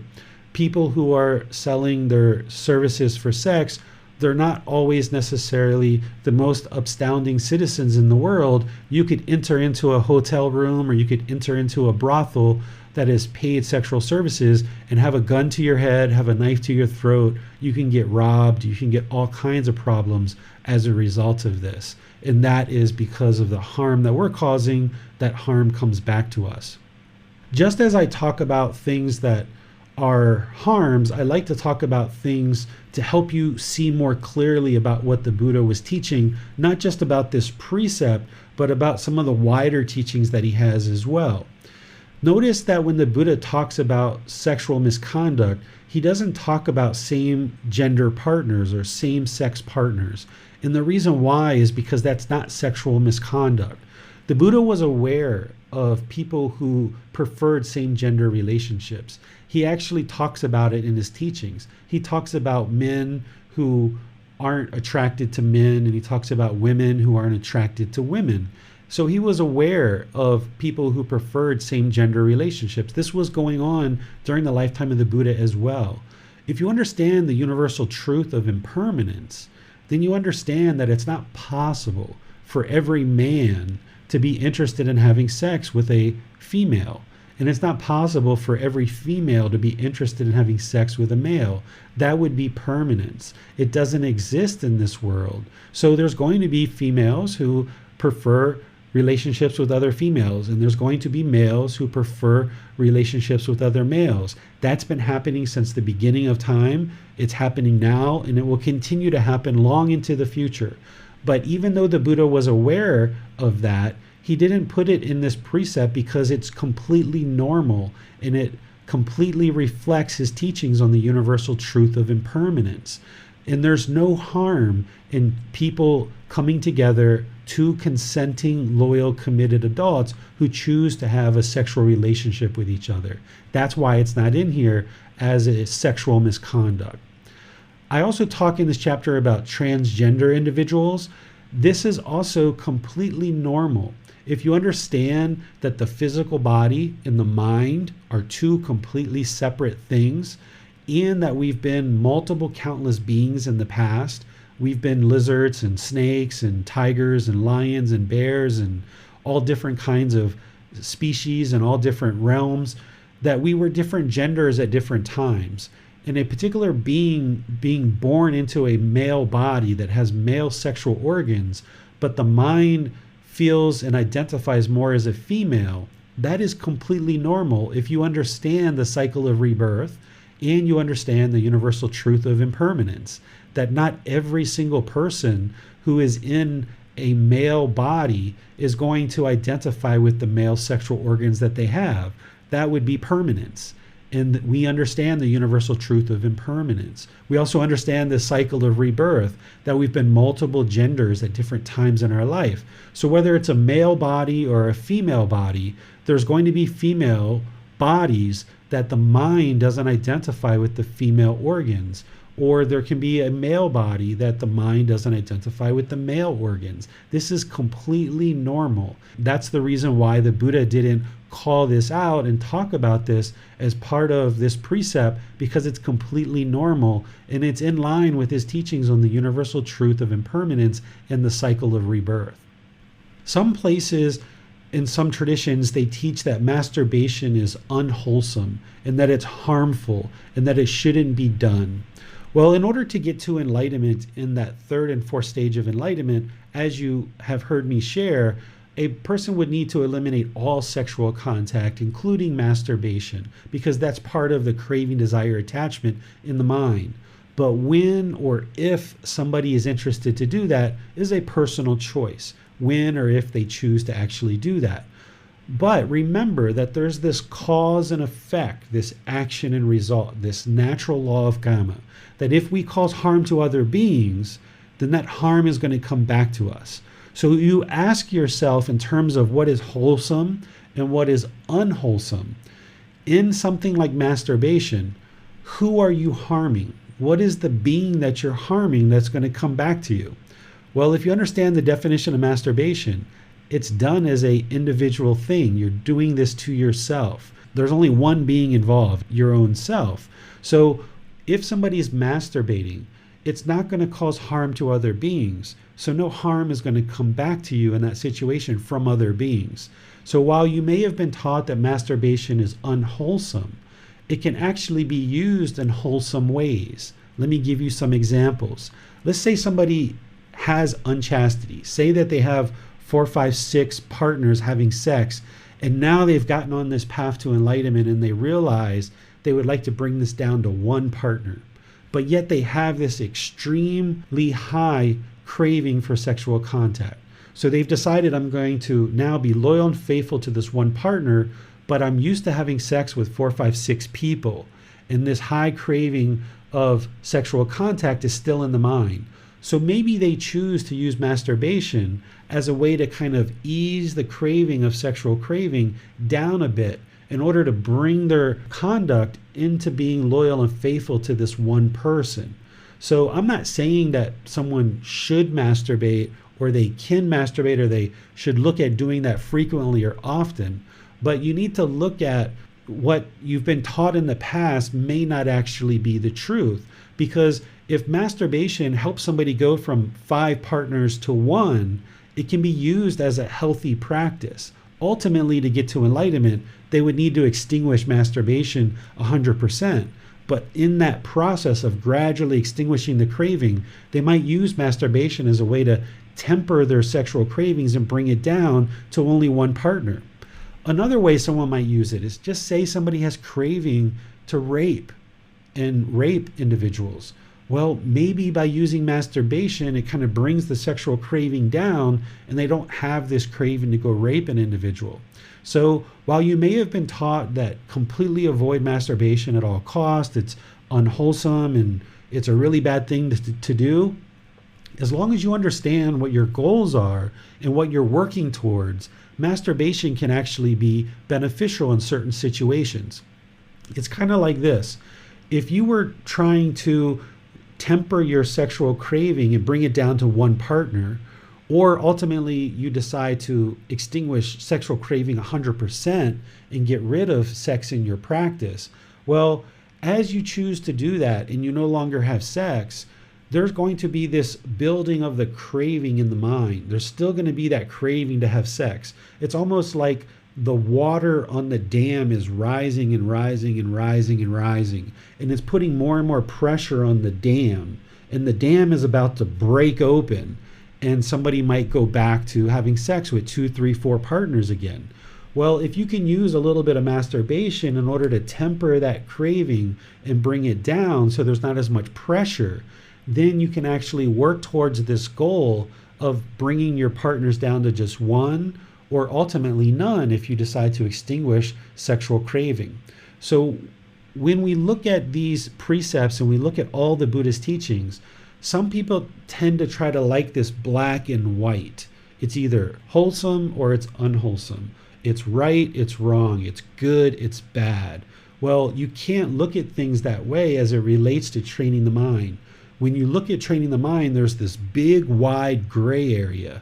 And as long as you understand what you're headed towards and you're using these things wisely, you can actually use something like masturbation in order to extinguish your sexual cravings. So that might be something that you choose to do. If you're not masturbating now, I'm not suggesting that you go out and start doing that. But if you are observing that you have multiple partners and you'd like to bring it down to one, this might be the thing that helps you do that. Or if you have one partner now and both of you have decided that you're going to extinguish sexual craving, masturbation might be the thing that helps you to kind of ease the pressure out of the mind, that as you feel the craving for sexual contact go up, you can use a little bit of masturbation to bring that craving down, and you might have to spread that out over multiple months or even years before you fully and completely extinguish your sexual craving. So there's this large gray area that you need to look at with any of these teachings of the Buddha and keep your mind focused on the actual end goal of what you're trying to accomplish.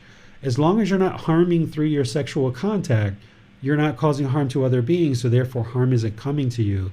And with masturbation, you're not causing harm to other beings because there's only one being involved. But if you get addicted to masturbation and you do it obsessively, multiple times a day, this is where you're now causing harm to your own mind, and you're going to need to slowly back off of that in order to get to the point where the mind isn't obsessed with these pleasant feelings that come through our sexual organs. So keep that in mind as you go forward in your practice. Sex with animals, an animal can't consent to us having sex with them. So this wouldn't be a wise thing to actually do as part of one's practice. You would be causing harm to that animal, and you would be causing harm to yourself. There's all kinds of illnesses and problems that can come about if someone chooses to have sex with animals. Additionally, pornography. This isn't something that was in the book. I just added this in the last couple days. So you can go read what I had to write about that if you would like. But pornography is something that allows the mind to have this craving, desire, attachment. There's this longing, a strong eagerness to view these images. This didn't exist during the lifetime of the Buddha. There was no way to capture images and view them later in what we call pornography. But today, you are able to do that. And while this isn't causing harm necessarily, any direct harm, there is indirect harm. That the people who are working to do that work, by us providing financial support for that to occur, there is some indirect harm that's being done there. And also there's some harm being done to your own mind, in that the mind can become very obsessed with pornography, become very addicted to it. The person can become very withdrawn. The very thing that motivates somebody to indulge in pornography is that they're looking for intimacy. They're looking for close relationships. And oftentimes when you indulge in pornography, it takes you out of the world and kind of in this fantasy world. And now, even when you do choose to get a partner, the partner can't really fulfill what you experience in this fantasy world. So even when you look to get this intimacy going on with a real life partner, it doesn't quite fulfill the mind as the way that the pornography does. So pornography is like a self-sabotaging pursuit, that we actually are looking for intimacy. We turn to pornography and we kind of self-sabotage the mind, where it's like a downward spiral, that the more we get into that world, the more we end up harming our own mind. We oftentimes become socially awkward, that our mind becomes very obsessed when we're in daily life, because we are kind of, mind is indulged in this fantasy world of this pornography. So if you currently are using pornography, what you should choose to do is kind of gradually ease away from that. If you're not using it now, then that's great that you don't have to deal with that. But this is something that would need to ultimately be eliminated from one's practice in order to get to enlightenment. Let me pause here and see what questions you guys have on the third precept. I had a question about relationships that don't cause harm outside of the law. For instance, in the past and even in current day, there have been places that made illegal interracial relationships or same-sex partners, and this can seemingly cause harm through the law or through societal expectation, yet we know that according to the precept that they don't necessarily cause harm to others. So I was just wondering how that works here. Yeah, this is what I was talking about, where humanity's laws are imperfect. Humanity, when we try to make laws, we get them wrong all the time. And throughout history, we've gotten them wrong in a lot of different cases. And that's why when you start living your life through the natural laws of existence, which is a much higher law, and that is a perfect law, that's why we call the Buddha the perfectly enlightened one, because he understood these natural laws perfectly. His mind was untainted and unpolluted. He could clearly see these natural laws perfectly, because the natural laws of existence are perfect. So if you practice and develop your life practice to understand the natural laws of existence, and you practice in that way, then you know you won't be causing harm to any beings. And you can look at humanity's laws and you'll never be worried, you'll never be fearful, you'll never be scared, because you're practicing a law that's much higher than humanity's laws, and you'll never have any problems with the government because you're practicing a law that's much higher than what the government is actually practicing. We have a question from Adrian as well. What about persons who identify as being bisexual? Same thing, is that there's no harm in having sex with someone of opposite gender or same gender, but you should only do that with just one partner at a time, being loyal, committed, having a deep relationship. And if it's going to be with a man and you're a man, then you just have that one relationship. Or if you in that relationship and you move on and now you're a man and you decide to have sex with a female, then you should have sex with just that female, only one relationship at a time. That's going to ensure that your practice of sexual conduct is not going to cause harm to others. Adrian also has another question. I'm a mother of 3 sons, and what I know from my experience in education and social work and human development, it seems that masturbation is far more important to males, but not isolated to it. Men seem to need visual stimulation, i.e., masturbation to pornography. What is the middle way? Well, if somebody is going to masturbate, then they can choose how they are going to do that. What I'm sharing here is that in order to get to enlightenment, we would have to eliminate all that, right? We'd have to eliminate masturbation and pornography. But there is this middle way that if you're trying to bring your sexual conduct into kind of more of just having sex with one partner, or you're trying to get rid of sex altogether, then you might choose to use some masturbation to kind of bridge the gap, so to speak. And if somebody chooses to use some visual images, then yeah, they're going to be causing themselves some challenges there. But this practice is a self journey. It's a self pursuit. When or if you choose to let these things go is up to you. What I'm sharing with you here is what is the natural laws? What is the way to move the mind to the enlightened mental state? But when somebody chooses to let these things go is up to them. I have students that share with me that they masturbate or they use pornography and things like this, but they would like to have some help to move away from those things. And I help them with that, and they gradually work on it. There's no judgment or anything like that. So where in some traditions you learn something like this, and the expectation is that you click your fingers and everybody has to follow those rules or those commandments right away. That's not what the Buddhist teachings are at all. What these are is saying, okay, this is the path, this is the direction to enlightenment, but of course it's going to take you many years to evolve and to grow and gradually train the mind in that direction. So if somebody right now is choosing to use masturbation with pornography, then that's where they're at right now. But if they chose to get on this path and they would like to move closer to enlightenment, then they would need to gradually diminish these things in order to get closer and closer to enlightenment. But when or if they choose to do that is their personal choice. So it seems like the rule of thumb is really harm, regardless of societal expectation or law. If we're in a sexual relationship and we're not causing harm to others, then we can say that that's most likely acceptable. And if we are causing harm, then it's not. It seems to really boil down to that. Is that true? Yeah, I mean, what you should think about is you don't have to meet anybody's expectations, right? If society says masturbation's wrong, well, society has a lot of misperceptions. Society has a lot of ignorance, a lot of delusion, a lot of confusion around these type of traditions, around this type of training. And even though the vast majority of people around you might say masturbation is wrong, you should never do masturbation, well, if you understand this natural law of Kamma, which is what the Buddha is sharing with you and helping you to see, then you can see like, okay, it's about cause and effect, action, result. It's about not causing harm to other beings. How am I causing harm to another being with masturbation? Because there's no other beings involved here.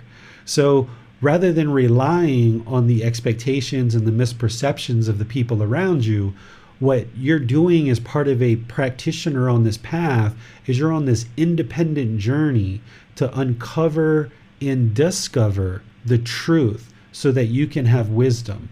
And the more that you uncover this wisdom and you discover this wisdom, then you can practice in a way that leads to more and more improved results. And when you're practicing in this way, it's not going to match to what people are doing around you. That's why when we were talking about that first precept about euthanasia of animals or humans or even war, right? Around the world, like capital punishment is somewhat common, going to war is somewhat common, euthanasia is somewhat common. But if you did those things and participated in those things, it's going to cause harm, and therefore harm is going to come to you.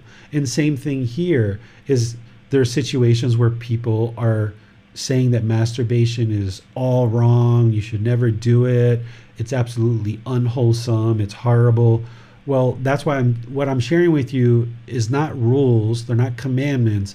What I'm doing is giving you some things to think about to help you understand this natural law of Kamma. That if you understand that it's about not causing harm to others, ask yourself with masturbation, who are you causing harm to? That harm's going to come back to you. Well, there's no one else involved. So you're not causing harm to anyone. So rather than just conform to the expectations of what other people are telling you around you, what the Buddha is encouraging you to do is investigate his teachings, examine his teachings, learn them, reflect on them, and practice so that you can see the truth for yourself. That way you don't have to conform to what other people are telling you, but you can see the truth for yourself. And if you understand the natural law of Kamma, that it's about not causing harm to others because therefore it will cause harm to you, then you'll see that something like masturbation, you can see very clearly that, yeah, I'm not causing harm to anyone. And as long as I'm not causing harm to myself through getting addicted to it and being obsessive about it, then I can do this occasionally in order to help me kind of bring my cravings down to either one partner or to extinguish sexual craving entirely, right? That would be how you could use it in a wholesome way. Thank you. There are no more questions at this time. All right, let's go to number 4. This is the 4th precept. This one relates to speech. If you remember, part of the Eightfold Path is right speech. Well, this plugs into that one. The other ones that we've talked about so far are part of right action. Killing, stealing, and sexual misconduct, those are part of right action. This one is part of right speech. The Buddha's words here are abandoning false speech, refraining from false speech, a truth speaker, one to be relied on, trustworthy, dependable, not a deceiver of the world. So if you remember in the Eightfold Path, when we talked about right speech, we had the 5 factors of well-spoken speech. And the 5 factors, the first one is what you speak at the right time. What you say is true. That's where this one plugs in. Speak gently, speak beneficially, and speak with a mind of loving kindness. Well, this particular one is honing in on that second factor, but the Buddha is illuminating it more for you and helping you to understand why you should speak the truth. He's saying abandoning false speech, refraining from false speech, a truth speaker, one to be relied on, trustworthy, dependable, not a deceiver of the world. Because if you went around lying in your profession or in your personal life, people wouldn't see you as a truth speaker. People wouldn't be able to rely on you. You wouldn't be considered trustworthy. You wouldn't be considered dependable. You would be deceiving the world, and you would have all kinds of complications in your personal life, in your professional life. People would lie to you. People wouldn't be able to rely on you. Here in Thailand, we have something called barami. This is a Thai word, but I'm going to explain it to you because it's very important to understand. There's this word called barami. What barami is one who people listen to. In these different villages around Thailand, there's typically elders in the village that people know that these people are living a very good life. And if you need help, you can go to these elders and they will kind of help you with your relationships or problems that you're having. These are people who are very well established in the community, and it's the one who people listen to because they have barami. They've established Barami within the community, that people listen to them because they're wise and they have wisdom. Well, in order for you to be influential within your home life, with your children, with your partner, or in your professional life, you're going to need Barami in order to be successful in your personal professional life. You're going to need to be one who people listen to, not a deceiver of the world, dependable, trustworthy, one to be relied on. And when you speak the truth, what you're developing is you're developing Barami, because everybody knows every time you open your mouth, you're always speaking the truth. And that's one of the ways that you establish one who people listen to, Barami. The Buddha understood this so well that he has this other teaching that he shares where he's talking to his son. And he says to his son, even so unwise and empty, Rahula, is the recluseship or the life practice of those who are not ashamed to tell a deliberate lie. So too, Rahula, when one is not ashamed to tell a deliberate lie, there is no evil, I say, that one would not do. Therefore, Rahula, you should train yourselves thus. I will not speak a falsehood, even as a joke. So even when the Buddha told a joke, and most people don't associate a Buddha as someone who tells a joke, but a Buddha is a human being. They have a character, they have a personality, they tell jokes too, they like to have fun, right? When they tell jokes, an enlightened being, a Buddha, doesn't even lie when they're telling a joke, because they're establishing Barami, the one who people listen to. So if you get in the habit of every time you open your mouth, you're always telling the truth, then your mind doesn't have to be shaken up and figure out, what did I talk to Manal about? What did I talk to Chrissy about? What did I talk to Nick about? And trying to sort this out and kind of figuring out, who did you say what to who? If you're always speaking the truth, your mind can be at ease no matter who you speak to, because you always just speak the truth. You don't have all these conflicts to try to sort out in your mind. Your mind can be calm and steady and stable because you're always speaking the truth. Even when you tell a joke and you establish this Barami, or one who people listen to. The other thing that you can look at here is where the Buddha talks about this, where he says, when one is not ashamed to tell a deliberate lie, there is no evil, I say, that one would not do. So if you have people around you who tell deliberate lies, the Buddha is saying there's no evil that that person would be unwilling to do. So in terms of creating wholesomeness and wholesome friendships around you, having associates and colleagues, or maybe if you're a boss and you're hiring employees, you would look for people who aren't telling lies. Because people who tell lies, the Buddha is saying there's no evil that they would not be willing to do. And you're not interested in having some people like that around you. So it would be very wise for you to cultivate your own practice where you're always telling the truth, so that then people can rely on you and you can be more influential. Your mind won't be shaken up. It can be at ease that you're always telling the truth. But also when you choose to have friends or colleagues or business partners, or if you're an employer, different people around you, if you decide to hire people to work at your house, always be sure that you look for people who aren't telling lies, because then you're surrounding yourself with people who are telling the truth, and your mind can be at ease because you can trust everybody around you and you're never fearful of what may or may not happen or transpire in your life. Let's see what questions you guys have on this one. I had a question on this quote. When one is not ashamed to tell a deliberate lie, then there is no evil, I say, that one would not do. That's a very powerful quote. And I was wondering, what do you think the Buddha means by this? Do you think that he's saying that essentially the things that motivate lies are the same things that motivate murder and things of that nature? Exactly. If somebody's willing to dive into telling a deliberate lie, then they're willing to do any evil, unwholesome conduct, because they're willing to do that, they're willing to do other things too. And if you keep that in mind, then when you interact with somebody and you start meeting people and you start seeing people who are telling lies, if you continue to choose to be around that person and then they steal from you, or they backstab you, or they gossip, or they slander you, or any of these other things that could happen, maybe they end up trying to steal your sexual partner, your life partner. If those things happen, it's a result of your decisions because you saw the lies, but you chose to continue to be around this person and associate with this person. So while they chose to steal, it was your choice to associate with them. So we're always working on our own mind, but part of creating a life that is peaceful is ensure that you have surrounded yourself with good, wholesome people. So where you see someone that is telling lies, this is a red light for you that, okay, this is somebody that I'm most likely not interested in being around. You may need to talk with that person. You may need to flush that out and see if it really is a lie, or are you just mistaking yourself, and see, is there a pattern of lies here? And if there are, it would be fairly wise for you to choose to step away from that relationship.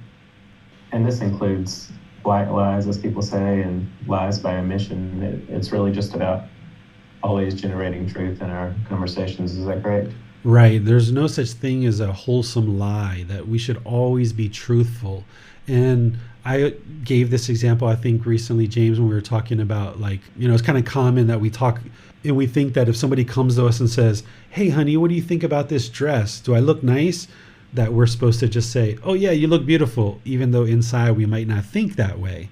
There's other things that you can say. There's other things that you can do. I mean, the whole goal there is for that person to feel confident in the clothes that they're wearing. So rather than tell a white lie and say, oh, yeah, I think you look great, when in reality you don't feel that they do look great, but at the same time you're not interested in saying you look horrible, because that's going to degrade their confidence. Instead, what you say is, I think your smile's beautiful, or, does it really matter what I think? What matters is that you like the dress that you're wearing, right? That's what really matters.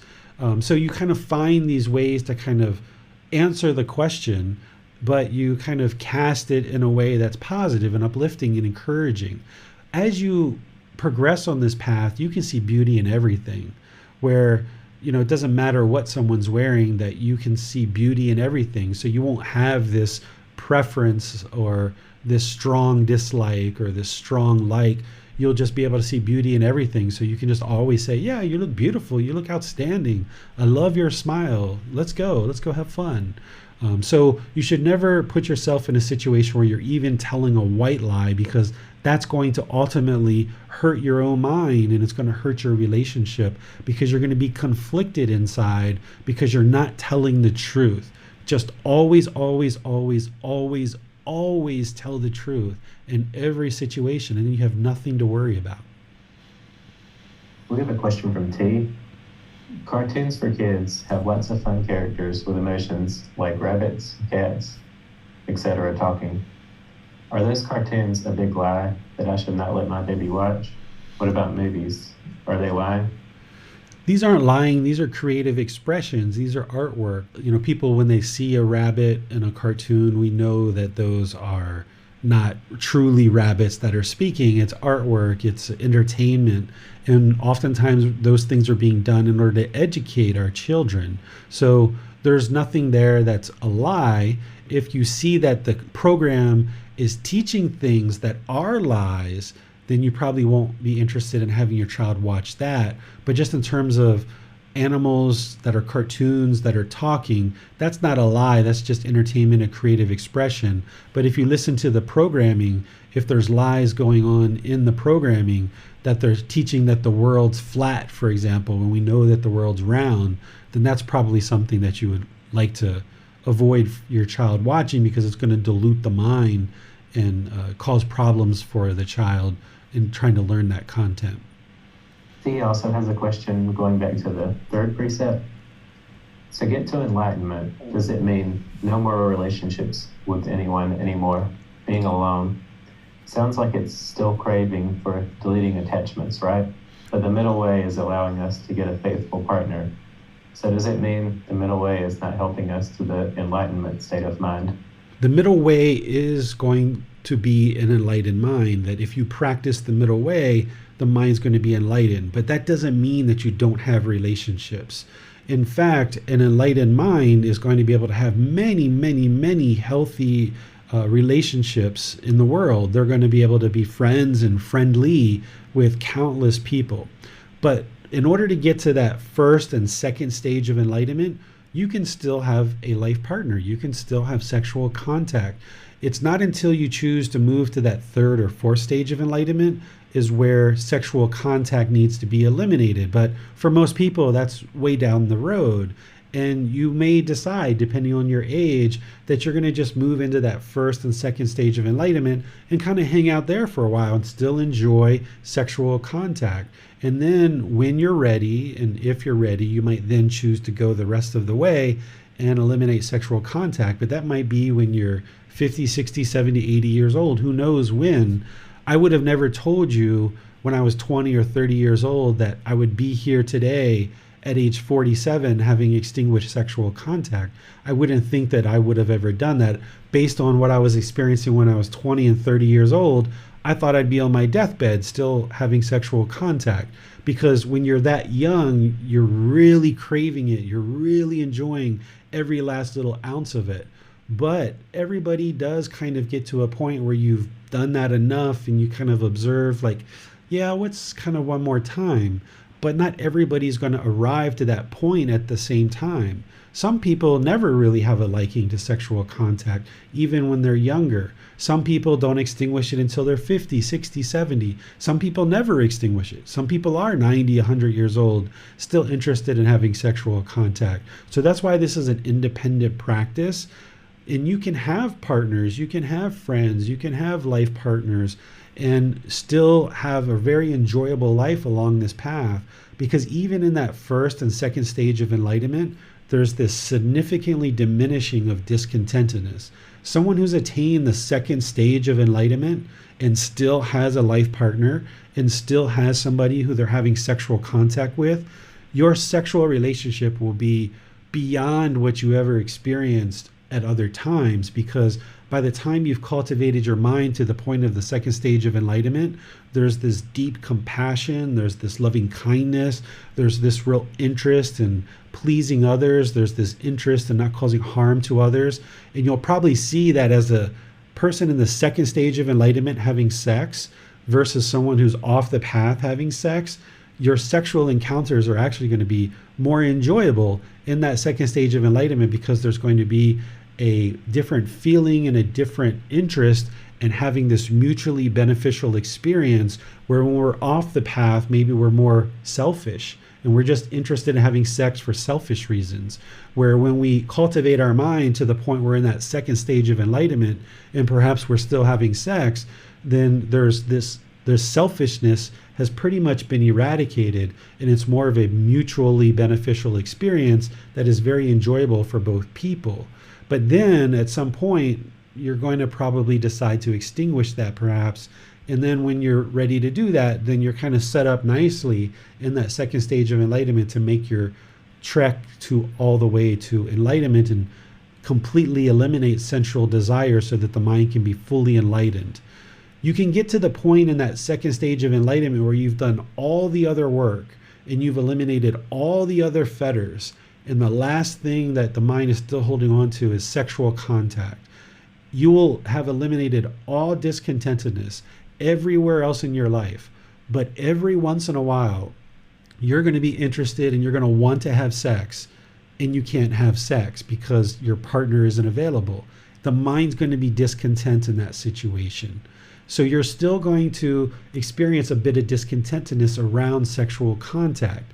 So you can actually eliminate all the other fetters, do all the other work on the entire path, and significantly diminish all discontentedness. But every once in a while, you're still going to have that discontentedness. And then when you're ready to fully let go of sexual contact, your partner is as well, you decide to extinguish that. And now all discontentedness is gone whatsoever. You'll not experience any discontentedness at all because the mind no longer has a craving for sex. It's been extinguished. Thank you, David. That's all we have for now. All right, so let's look at the very last precept, which is typically translated as no intoxicants. Well, the Buddha talked much more illuminating language than that. What he said was refraining from strong drink and sloth-producing drugs, substances that cause heedlessness, the basis for heedlessness. In order to understand this precept, you need to understand this word heedlessness. Heedlessness is careless, thoughtless, inattentive, uncalm, unaware, or unmindful. Remember, this path is all about purifying the mind. In order to purify the mind, you need to have awareness of mind. In order to have awareness, if you're using substances that cause heedlessness, then it's going to take the mind away from mindfulness. It's going to take it away from concentration.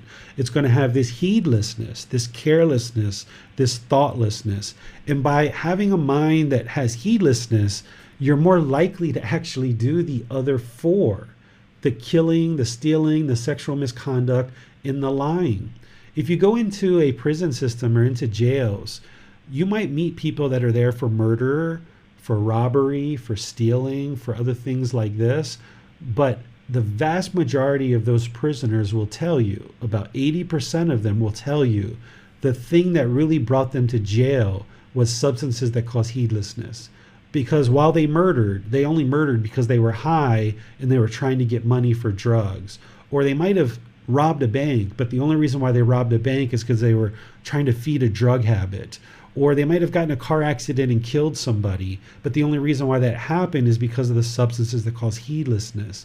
So having a mind that is heedless is going to make it more likely for you to have problems with all these other precepts and all the other parts of the path to enlightenment. So by extinguishing the mind's craving or desire to take in substances that cause heedlessness, you'll be able to be more thoughtful and you'll be able to purify the mind better because you'll have this awareness of mind or this mindfulness. With that in mind, it's important to understand certain aspects of our life and certain substances that are around. Because as you see, during the lifetime of the Buddha, it was strong drink or sloth-producing drugs. Well, we have things like marijuana today that some people consider a drug, but there's a lot of evidence that shows it has medical benefits as well. And there's a really big, important gray area to navigate and understand as it comes to marijuana. With the marijuana plant, there's two aspects to the plant. There's THC, which produces the high, and there's CBD, which produces the medical benefits.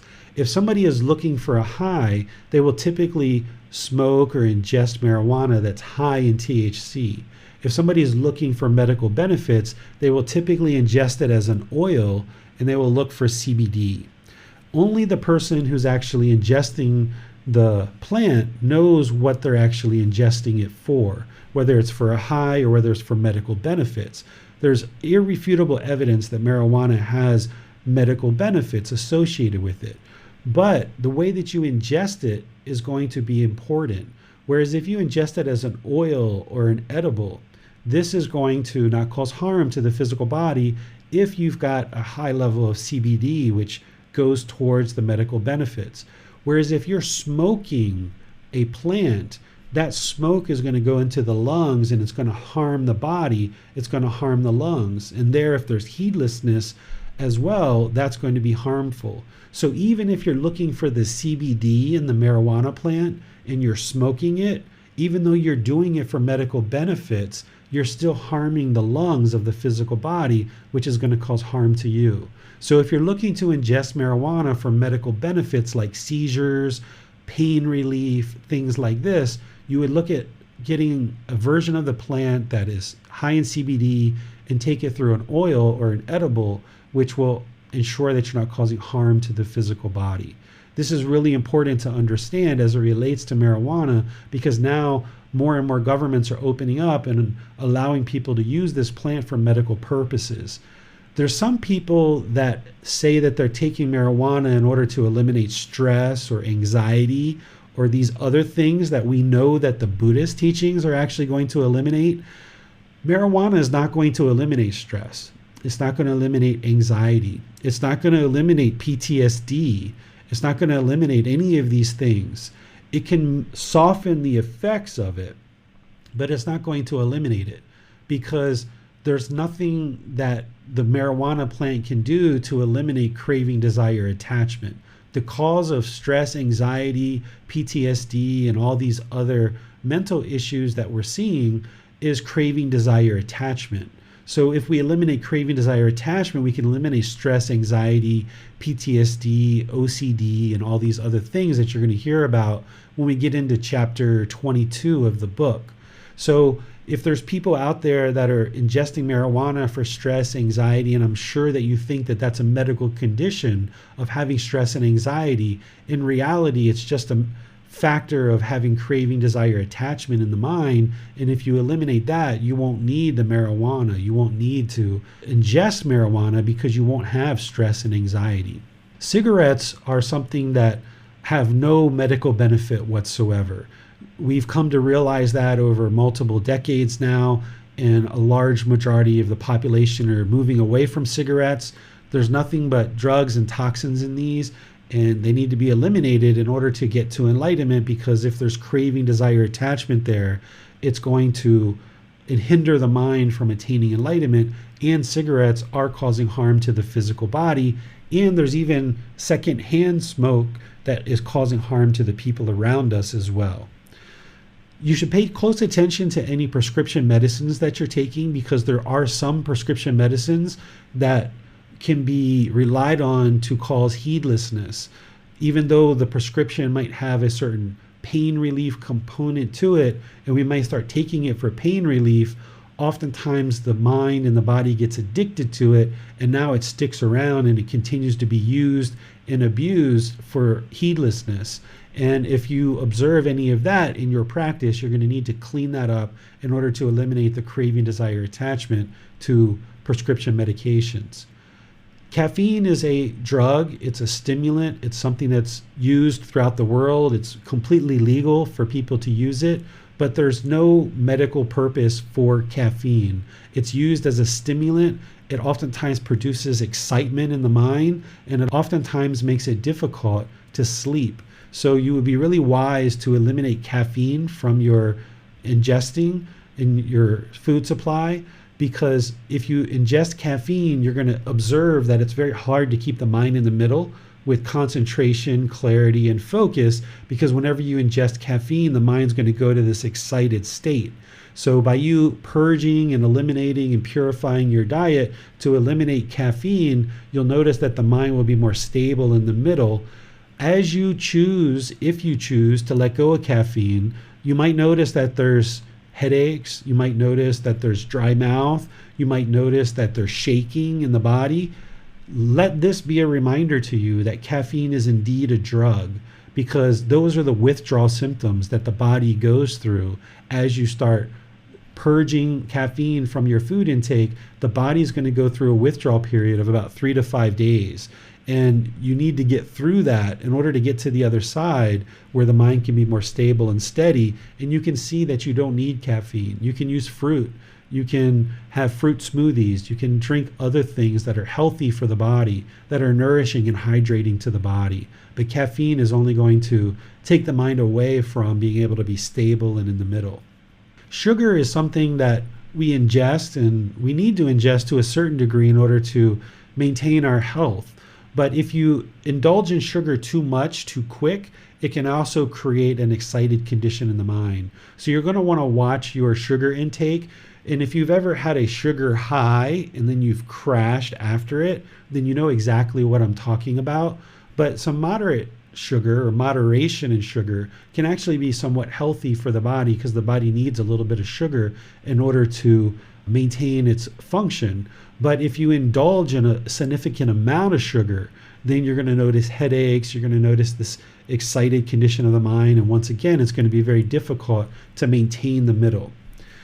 There's psychedelic substances like LSD, PCP, there's psychedelic mushrooms, there's other substances that cause psychedelic experiences, and in some parts of the world, they say that this is actually a stimulant that produces something like enlightenment or helps you along this path. While being under the influence of psychedelic substances is a very unique experience and can open the mind up to some interesting things. It's not actually going to produce enlightenment or take you further on this path, because the mind is still hooked to this temporary substance, to this impermanent condition of the psychedelic substance. What enlightenment is doing is naturally training the mind to get to this awakened mental state of enlightenment where it's permanent.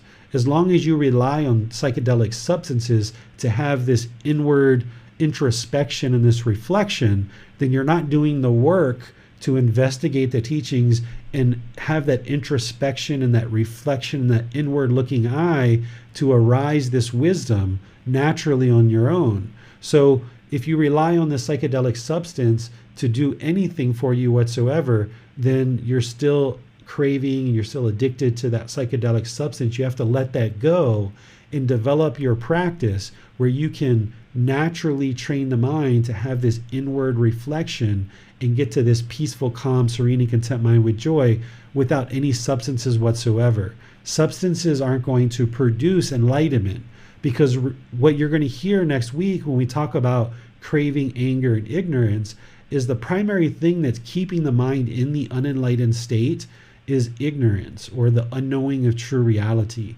While craving, desire, attachment is what's causing discontentedness, it's ignorance or delusion or confusion, this unknowing of true reality, that's keeping the mind in the unenlightened state because it doesn't understand what it doesn't understand.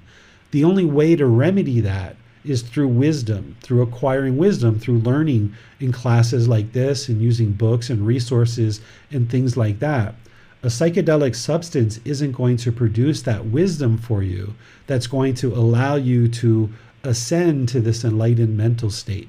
So in order for someone to get to enlightenment, they would need to let go of any psychedelic substances. So let me see what questions you guys have on this particular precept. We have a question of clarification from Radius on YouTube. What about nutritional sports drinks with caffeine? I'm a cyclist and use products that fuel the body on long rides. Yeah, the same thing is caffeine is that stimulant, right? It's giving you that temporary kick, that temporary excitement. But if you train your mind through this path to enlightenment, you're going to need to naturally produce those type of qualities in the mind. There's what the Buddha called the 7 factors of enlightenment. And one of those 7 factors of enlightenment is called the enlightenment factor of energy. You can't practice the enlightenment factor of energy while you're using this substance like caffeine in order to produce the excitement. You have to be able to naturally produce that with a naturally pure mind. So while you may be relying on that sports drink now, if you do some research, you'll be able to find sports drinks that don't have caffeine and can provide you maybe some of the other nutrients and minerals that you need as an athlete, but you can get rid of that caffeine to produce this energy without having to rely on a substance, because that substance is impermanent. You'll go through a high with the caffeine and then you'll drop off, and then you'll go through a high and you'll drop off. And this is that impermanent condition of the caffeine. But if you train your mind through this path to enlightenment, you can get to the point where the mind has permanent energy, where you don't have to rely on this substance. The longer that you hold on to this substance, you're not going to be able to produce this natural energy in the mind and in the body that allows you to sustain your performance over the course of your day. Because one of the aspects of this path to enlightenment is to bring the mind to the middle where it performs optimally. And what we tend to do in modern society is we think we need all these substances and all these supplements in order for the body and the mind to perform optimally. But in reality, it's by eliminating all of these substances out of our life and training the mind to reside in the middle that we can allow the mind and train the mind to perform optimally. And once the mind's performing optimally, the body will perform optimally as well. We don't need all of these substances around us in order to get the body and the mind to perform optimally. This is part of the delusion that we walk around with in the unenlightened state, thinking that we need all of these things, all of these material things in order to perform optimally, but we really don't. We have a question from T. My father can't stop smoking or drinking coffee. My baby can't stop craving for sweet things. My mother has high blood pressure and can't stop taking her daily pill. Please guide me through this situation. Your practice shouldn't be to train your parents or other people. This is all about you training your own mind. So you need to work on your practice, and if they would like to practice these things, they can, but they would need to practice this path to enlightenment as a comprehensive practice, while right now they might find it difficult for your dad, for example, to let go of cigarettes or something else, but that's because he's not on the path. He's not actively training his mind. None of these things you can just snap your fingers and eliminate. I mean, the mind has to gradually be trained to let go of these things as a comprehensive practice. But T, you should be focusing on your practice, not trying to convince your mom or your dad to let go of these things. Your mom and dad, if they're going to move to enlightenment, they have to choose to do that on their own through their own choices. You shouldn't be trying to force them or control them or even convince them. You can make these teachings available to them, but it's up to them to choose to learn and practice. And when they put together and develop their entire practice, that's where their mind can then be gradually trained to let go. And part of the letting go is training the mind through breathing mindfulness meditation to let go of things like this. But for somebody to just go from smoking to not smoking, that's very difficult unless they're actively working on the path and they're choosing to do that. But you can't choose to do that for your dad. He has to choose to do that for himself. So you should let go of wanting other people to be a certain way and instead focus on your own journey in your own practice. So when we look at the drugs on this list, it's really best to just think about this fifth precept as they can create a bridge toward causing harm, essentially, because one may think that, well, I can smoke marijuana and it by myself and it's not necessarily going to harm anyone, but it creates the conditions in one's mind that does create harm. Is that the right way to think about that? Right. By you taking substances that cause heedlessness, it's diluting your mind. You have carelessness, you have thoughtlessness, you have this inattentive, uncalm, unaware, unmindful mind, and you're more likely to drive and get in an accident and kill yourself or kill others. You're more likely to get in a fight. You're more likely to lie to people. You're more likely to have sexual misconduct because you're diluting your mind with these substances. Someone who's on this path, you're looking to purify the mind and bring the mind to the middle so that it'll perform optimally. You're looking to purify the mind. So why would you pollute the mind with a substance if you're looking to purify it through training the mind naturally? So by letting go of these substances, then you've purified the mind in terms of these substances that they're not affecting you any longer, so that now you can focus your time, effort, and energy in purifying your mind and your conduct in all the other ways on this path. As long as somebody's holding on to substances, they're not yet fully 100% committed to purifying the mind because they're still polluting the body and they're still polluting the mind with this substance. One of the ways that I got away from substances that cause heedlessness is I started looking at them as poison, right? If you start looking at whiskey or beer or wine or any other substances that you might take as poison, that is truly polluting the body and is truly polluting the mind, and then when the mind is in that condition, you're more likely to have challenges at work, you're more likely to have challenges in your personal relationships, you're more likely to cause problems in all of these different precepts and aspects of these Eightfold Path that we talked about 2 weeks ago. That one of the biggest things you can do is just get rid of substances that are causing heedlessness as a commitment to yourself that you're now going to work on purifying the mind, and realize that you might have to do that gradually and slowly, that there's no expectation from me that any student should be able to learn this and then snap their fingers and eradicate all this stuff. It takes many years to gradually move your mind away from these things, but you wouldn't be able to do that if you weren't in a class with a teacher like me that is explaining to you what you need to do. When or if you ever choose to do it is your choice. There's no expectation from me. There's no judgment from me about if you do this or when you do this, but you need to know the path. And that's what this class and this chapter is about, is helping you understand these precepts in detail so that then you can choose at your own time and place of when and how to clean up your conduct to be more in line with these 5 precepts. Because as you do, it's going to significantly improve the condition of your life practice and the condition of your mind. And it seems that ultimately so much of this path is about taking power over our mind, and these substances take that power away. So it seems very clear why this would be in contrast to the whole rest of the path. I agree with that 100%, James. And I also noticed that there's several things in this list that are illegal, and that just seems like a thing that we talked about before in this class, with whether it be murder or relationships. But it seems like a major theme of this class is to not confuse legality with what is right, essentially. Exactly, because even going back to the 4th precept, it's not illegal to go around and tell people lies. It's not illegal unless you're under oath in a court, right? Or unless you're at a government facility where you've taken an oath or something.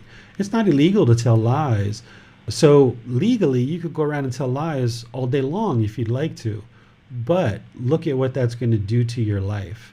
Legally, you can go out and drink alcohol. Legally, you can go out and get high with things like marijuana or other things, even caffeine and things like this. Legally, you can go out and do all these things. But if you're looking to purify your mind and get to this optimal state where you have this focus, this concentration, this clarity of mind, this deep memory, where now you have eradicated all this discontentedness from the mind and it's peaceful, calm, serene, and content with joy, you're going to need to elevate your practice slowly but surely beyond what exists in humanity's laws and move closer to the natural laws of existence. Thank you, David. That seems to be all the questions we have for today. All right. Well, this is a very involved conversation, as you see that 5 precepts, 5 simple statements that the Buddha made. You know, we can talk for hours and hours about these. The book goes through a lot of details that I wasn't able to necessarily cover in today's class. So if you haven't read this chapter 7, I suggest that you read it and maybe read it multiple times and then use it to refer back to it. And if you're looking for that information that I've added recently on the 5 precepts, you may even be interested to download a new copy of the book, because that was just updated this week with a couple of new things that people were asking me questions about, and I realized that it wasn't in the book, so I decided to add that into the book just recently. So the 5 precepts are very important. It's really wise to learn these in and out, backwards and forwards, and bring your practice up to these. And if you have children and you're looking to guide your children, these are excellent places to start with children, is helping them learn the 5 precepts, because these are simple things that they can learn, and they can learn early in life to practice in this way. Even my son at age 9, he doesn't drink any caffeine, he doesn't eat any meat. He has learned these precepts along the way, so he's growing up just knowing that this is a better way to conduct his life. Where when we grew up, we didn't necessarily have that same guidance. So if you have children, this would be a great place to start, perhaps, with them learning the Buddha's teachings, is teaching them the 5 precepts. Next week on Sunday, we're going to be in chapter 8, which is titled Transforming the 3 Poisons: Craving, Anger, and Ignorance. This is where you're really going to kind of explode your understanding about what it is that's really keeping the mind in the unenlightened state, and what we need to do in order to move it to enlightenment. So far, we've been primarily talking about craving, desire, attachment as the cause of discontentedness, as that primary problem that the Buddha discovered that causes discontentedness.